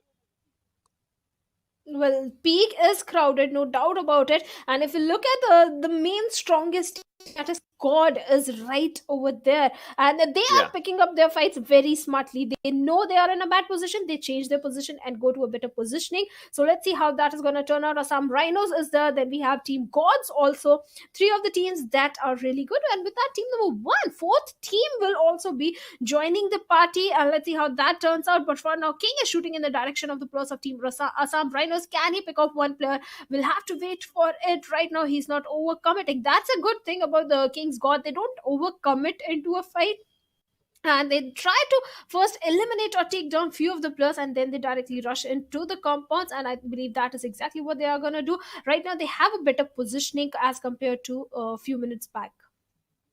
Yeah, that's true. But well, let's see how the things happen out in this one as slowly and steadily for sure the fights will be starting up. Kings, they have to move forward right onto the side of Bhima Shakti Strip. That's where team number 4 is, right on the northern side of Bhima Shakti Strip. But right now they're spotted around a few players of team number 5. Kings God, they lost 1 player, but can they take this fight? Kings DB, he is just staying safe. Will he or will he not? No, he goes down. Kings God is in a lot of trouble. Addiction is trying to spot up a few players. He's trying to take them down, but but no addiction goes on as well. Honey Design is the last man surviving. He is the last man surviving. If this team goes down badly in this one, I mean, overall, they'll still be at the top, but mistakes were for sure made. Well, mistakes were for sure made, and Addiction won't be getting that revival. He will bleed to his death, and Honey Design will be going in for the placement point. Will go for a safer place, but he's running in the wrong direction. I believe he'll be taking a longer path towards the safe zone, but the players of team number 5 are looking for him, and with that, he also gets eliminated, and King's God gets an early elimination. What is happening, Ocean? The most dominating team gets an early elimination. I believe it was the first time. On the other hand, team number 5 are going to be very happy with their performance, and PewDiePie is also looking good with 3 kills to their name. That's true. Like, for the first time, this team has gotten an early elimination. I mean, no one would have expected that, right? If we just talk about this, no one would have thought like this team would go for a really early elimination. But, well, that is one thing that happened. So now let's just see what happens. Double kills and all, well, meanwhile, are just coming in from the other side of the players. USFF also has to, open up their kill account, the kill bank for themselves. We'll see if that happens and how will that happen. But for now, we're just talking about the way the fights have been happening.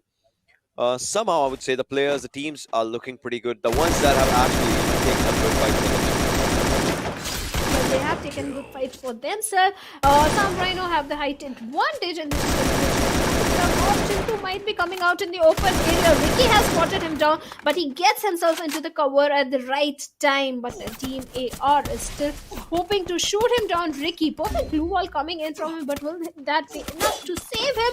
It's Babu again coming out in the open area. Raj, the perfect glue wall for himself and his teammate. And let's see, Raj, can he take down? It's Babu or not? We'll have to wait for it. But no, it's Babu. Takes him down. And with that, Assam Rhino gets an elimination. And God Chintu will be going in for the revival. It's Babu will be going in for the triple onto God Chintu. Team number 1 is also there.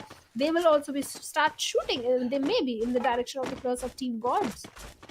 Probably. We'll have to see, how the things just end up right now as the fights, again, are happening. But they are still, we're waiting for the final confirmations of the fights as for when it will be just ending down to still 4 teams surviving. I mean, this map was fast right now with everything as compared to the other maps and other games that happened. But right now, as we can just see where it is, USFF seems like a pretty strong contender, and you can see the airdrops as well right now in this one. Dragonov is just present, and a crossbow. I mean, if you just want to use it, crossbow in this game are pretty good if it just comes to the usage of those single shot accuracies that the players can use. PewDiePie, all right, this team as well might as well go for a good booyah for themselves. They can go for a good booyah for themselves, PewDiePie. This is a good outing coming in from PewDiePie, because the first match they had to face an early elimination. They are being friendly with the zone. The zone is also favoring them. They are showing some good rotations. Let's see how things turns out for this team. Right now, Fluffy and his teammate Angel over here is with 2 kills and total overall 4 kills. Team number 5, they are reduced to 3-man squad, but still looking quite strong if we talk about this. And team number 1 has the height advantage, so they have to be careful. Team 5 has to be careful, because if they come out in the open area, then the players of team number 1 can pretty easily take them down. They can for sure take him down, but it still comes down to if that's going to happen. And I think somehow, slowly and steadily, it might just feel like it will happen. As of now, well, Killer Bush, I mean, no one is using that today. Previously, we did saw a few players just using them to the perfection, but no one is going to go for that. So that's that is going to be a speculation for another time. But right now, we're going for this one. Let's just see how the fights will be ending up onto everything as Godnens moving forward. I mean, this team, if you're talking about Gods of Awesome, they had a good booyah for themselves previously. Can they just go for another one in this one? That's only one of the questions. Second game was theirs. Might as well go for the final one. But look at team number 4's one player. I mean, if he survives, I just hope he survives for long. Otherwise, obviously, it will be a bit of a trouble. I mean, he's out in the open. He will be caught up. He might be caught up right now. He will be making up a mistake, but still, he is taking up a fight. Godnan is still surviving onto this one, though. Godnan is definitely surviving, but let's see, can he survive this 1v1? We'll have to wait for it. And the players of team number 4, rest of the players are also rushing, and with that, Godnan is taken down, and Gods of Assam has been eliminated. That is a very good outing coming from the players of team number 4. That is PewDiePie. In fact, the last player who has the 5 kills, he took down 2 of the players. That was not expected. It looked like he is making a wrong move, but that was quite interesting from him. And if you look at the player of team number 3, we and also they are also reduced to 2-man squad. Let's see how things turns out for them. For now, PewDiePie looking very strong, 7 kills. In fact, USAFF, they have the zone advantage. In fact, they are the only squad that are inside the safe zone. This is going to be a big advantage for them. That's for sure. Will be a big advantage for them. But we'll have to see where does it end up with everything. 3 teams, 10 alive. USAFF, they have just 2 kills, and that too with just one of the players. But the best part for this team is that they are inside the zone. They're inside the circle for themselves.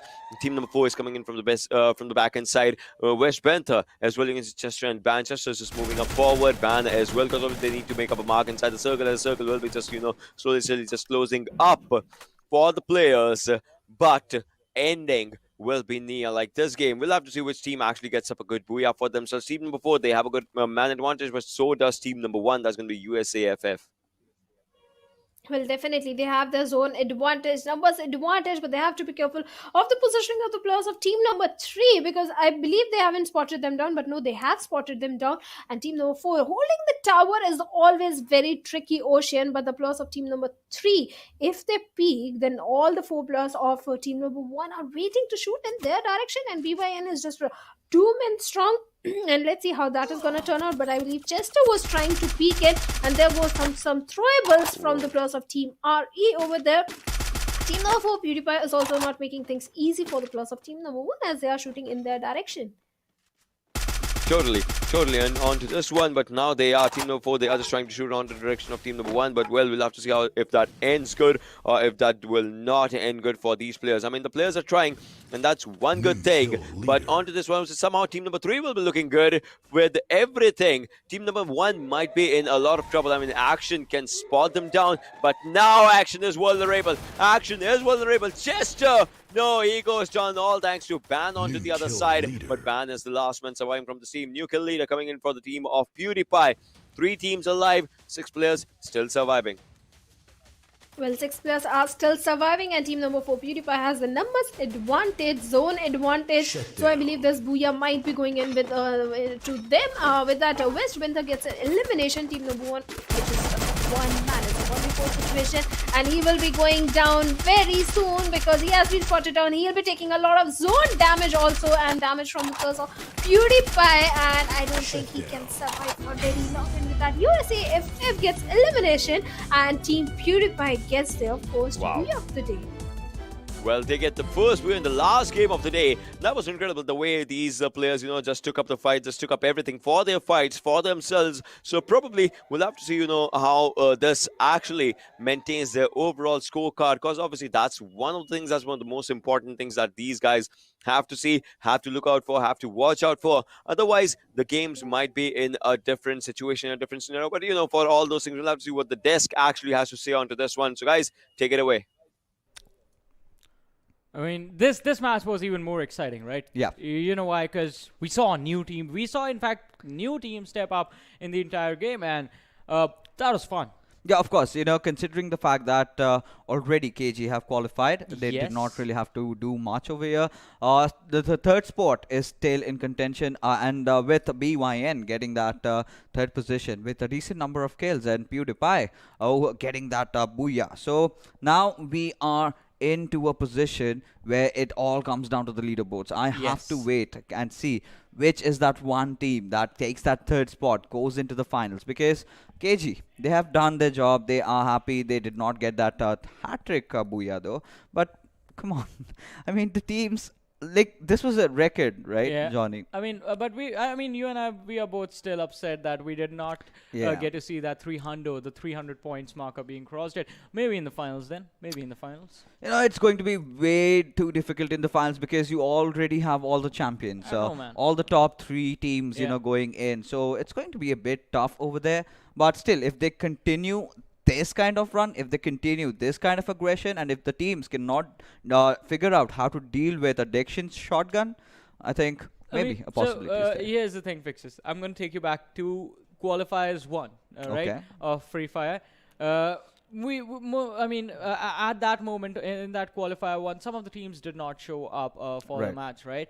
And one of those teams was a team that is considered in a high regard as far as the entire Free Fire India community is concerned. That was Namune. And Yeah. I wanted to see what sort of matches do we get to see when a team of that caliber steps into the action. And Kings Gods are the team of a similar caliber. Yeah. And we now get to see what sort of a domination spree they can bring to the table.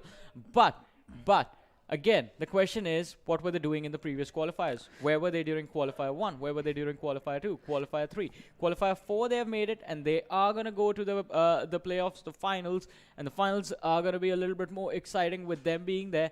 But also, what is going to happen when the mix is there with the teams from the previous qualifiers and these lads? See, that's the best part about this community, right? You just can't rely on one team. That was Namune, like you mentioned. Not just in the Northeast region, they are known throughout the country. But with KG coming in with the Airtel India Esports Store that we have going up, so Yes. they are certainly getting that recognition that they deserve.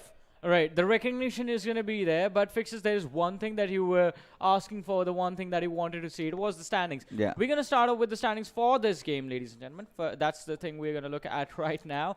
And, well, even now, look at that. 6th placement point, 12 kill points for King's Gods. They have 18 points from this match. I mean, considering their usual performance, this is not a good spot for them. But for the others, this provides the opportunity for the others. Gods of Assam, they did get the kill points going, the ball rolling for them, so 39 points. Then we have PewDiePie sitting on 38 points. West Bunter, 25 points. USAFF, 23 points. Is this going to be enough, Fixes? Is this going to be enough to help these teams qualify for the finals? I think West Bentham might just have made it. Yes, might have made it, but that's a big question. So let's find the answers now, because here is the overall leaderboard. And well, whoa, it's PewDiePie. PewDiePie makes it to the finals with 82 points, and the team on the 4th position is 77. Then we have West Beyond 73 points, 71 points for USAFF. But congratulations to the top 3 teams, King's God, Gods of Assam, and PewDiePie. Now talk about coming in the last game and just shining out loud. Oh, you know? yes. That one booyah did ensure that they made it away. Had they missed out on this, they would not have qualified. Yeah, definitely. And, well, I guess the charm of the PewDiePie does work in their favor. We're going to see this team again in the finals, ladies and gentlemen, because these were the last qualifiers. Now we have all the 12 teams that have made it to the finals, which are going to be happening next weekend. So make sure to tune in for that action as well. It's going to be really, really intense and really, really exciting. And, well, with this, we come to an end of these qualifiers and come to an end of our day of the stream as well. Thank you so much for tuning in. My name is Warren Super Johnny John, joined by Fixes on the analyst desk. And, well, we'll see you next time. Bye-bye.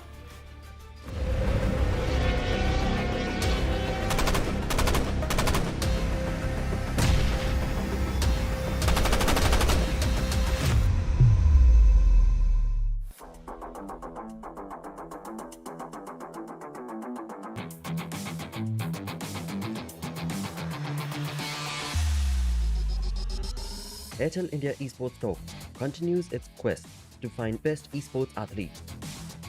The party has reached Northeast India with the Northeast Esports Summit. 2 new esports titles, Clash of Clans and FreeFire, 4 qualifiers, 1 grand final, prize pool of 3.5 lakh rupees, a golden opportunity to rank up on the national leaderboard of India's best esports athletes. Northeast, are you ready? Qualifier 1 registrations from 14th to 26th October.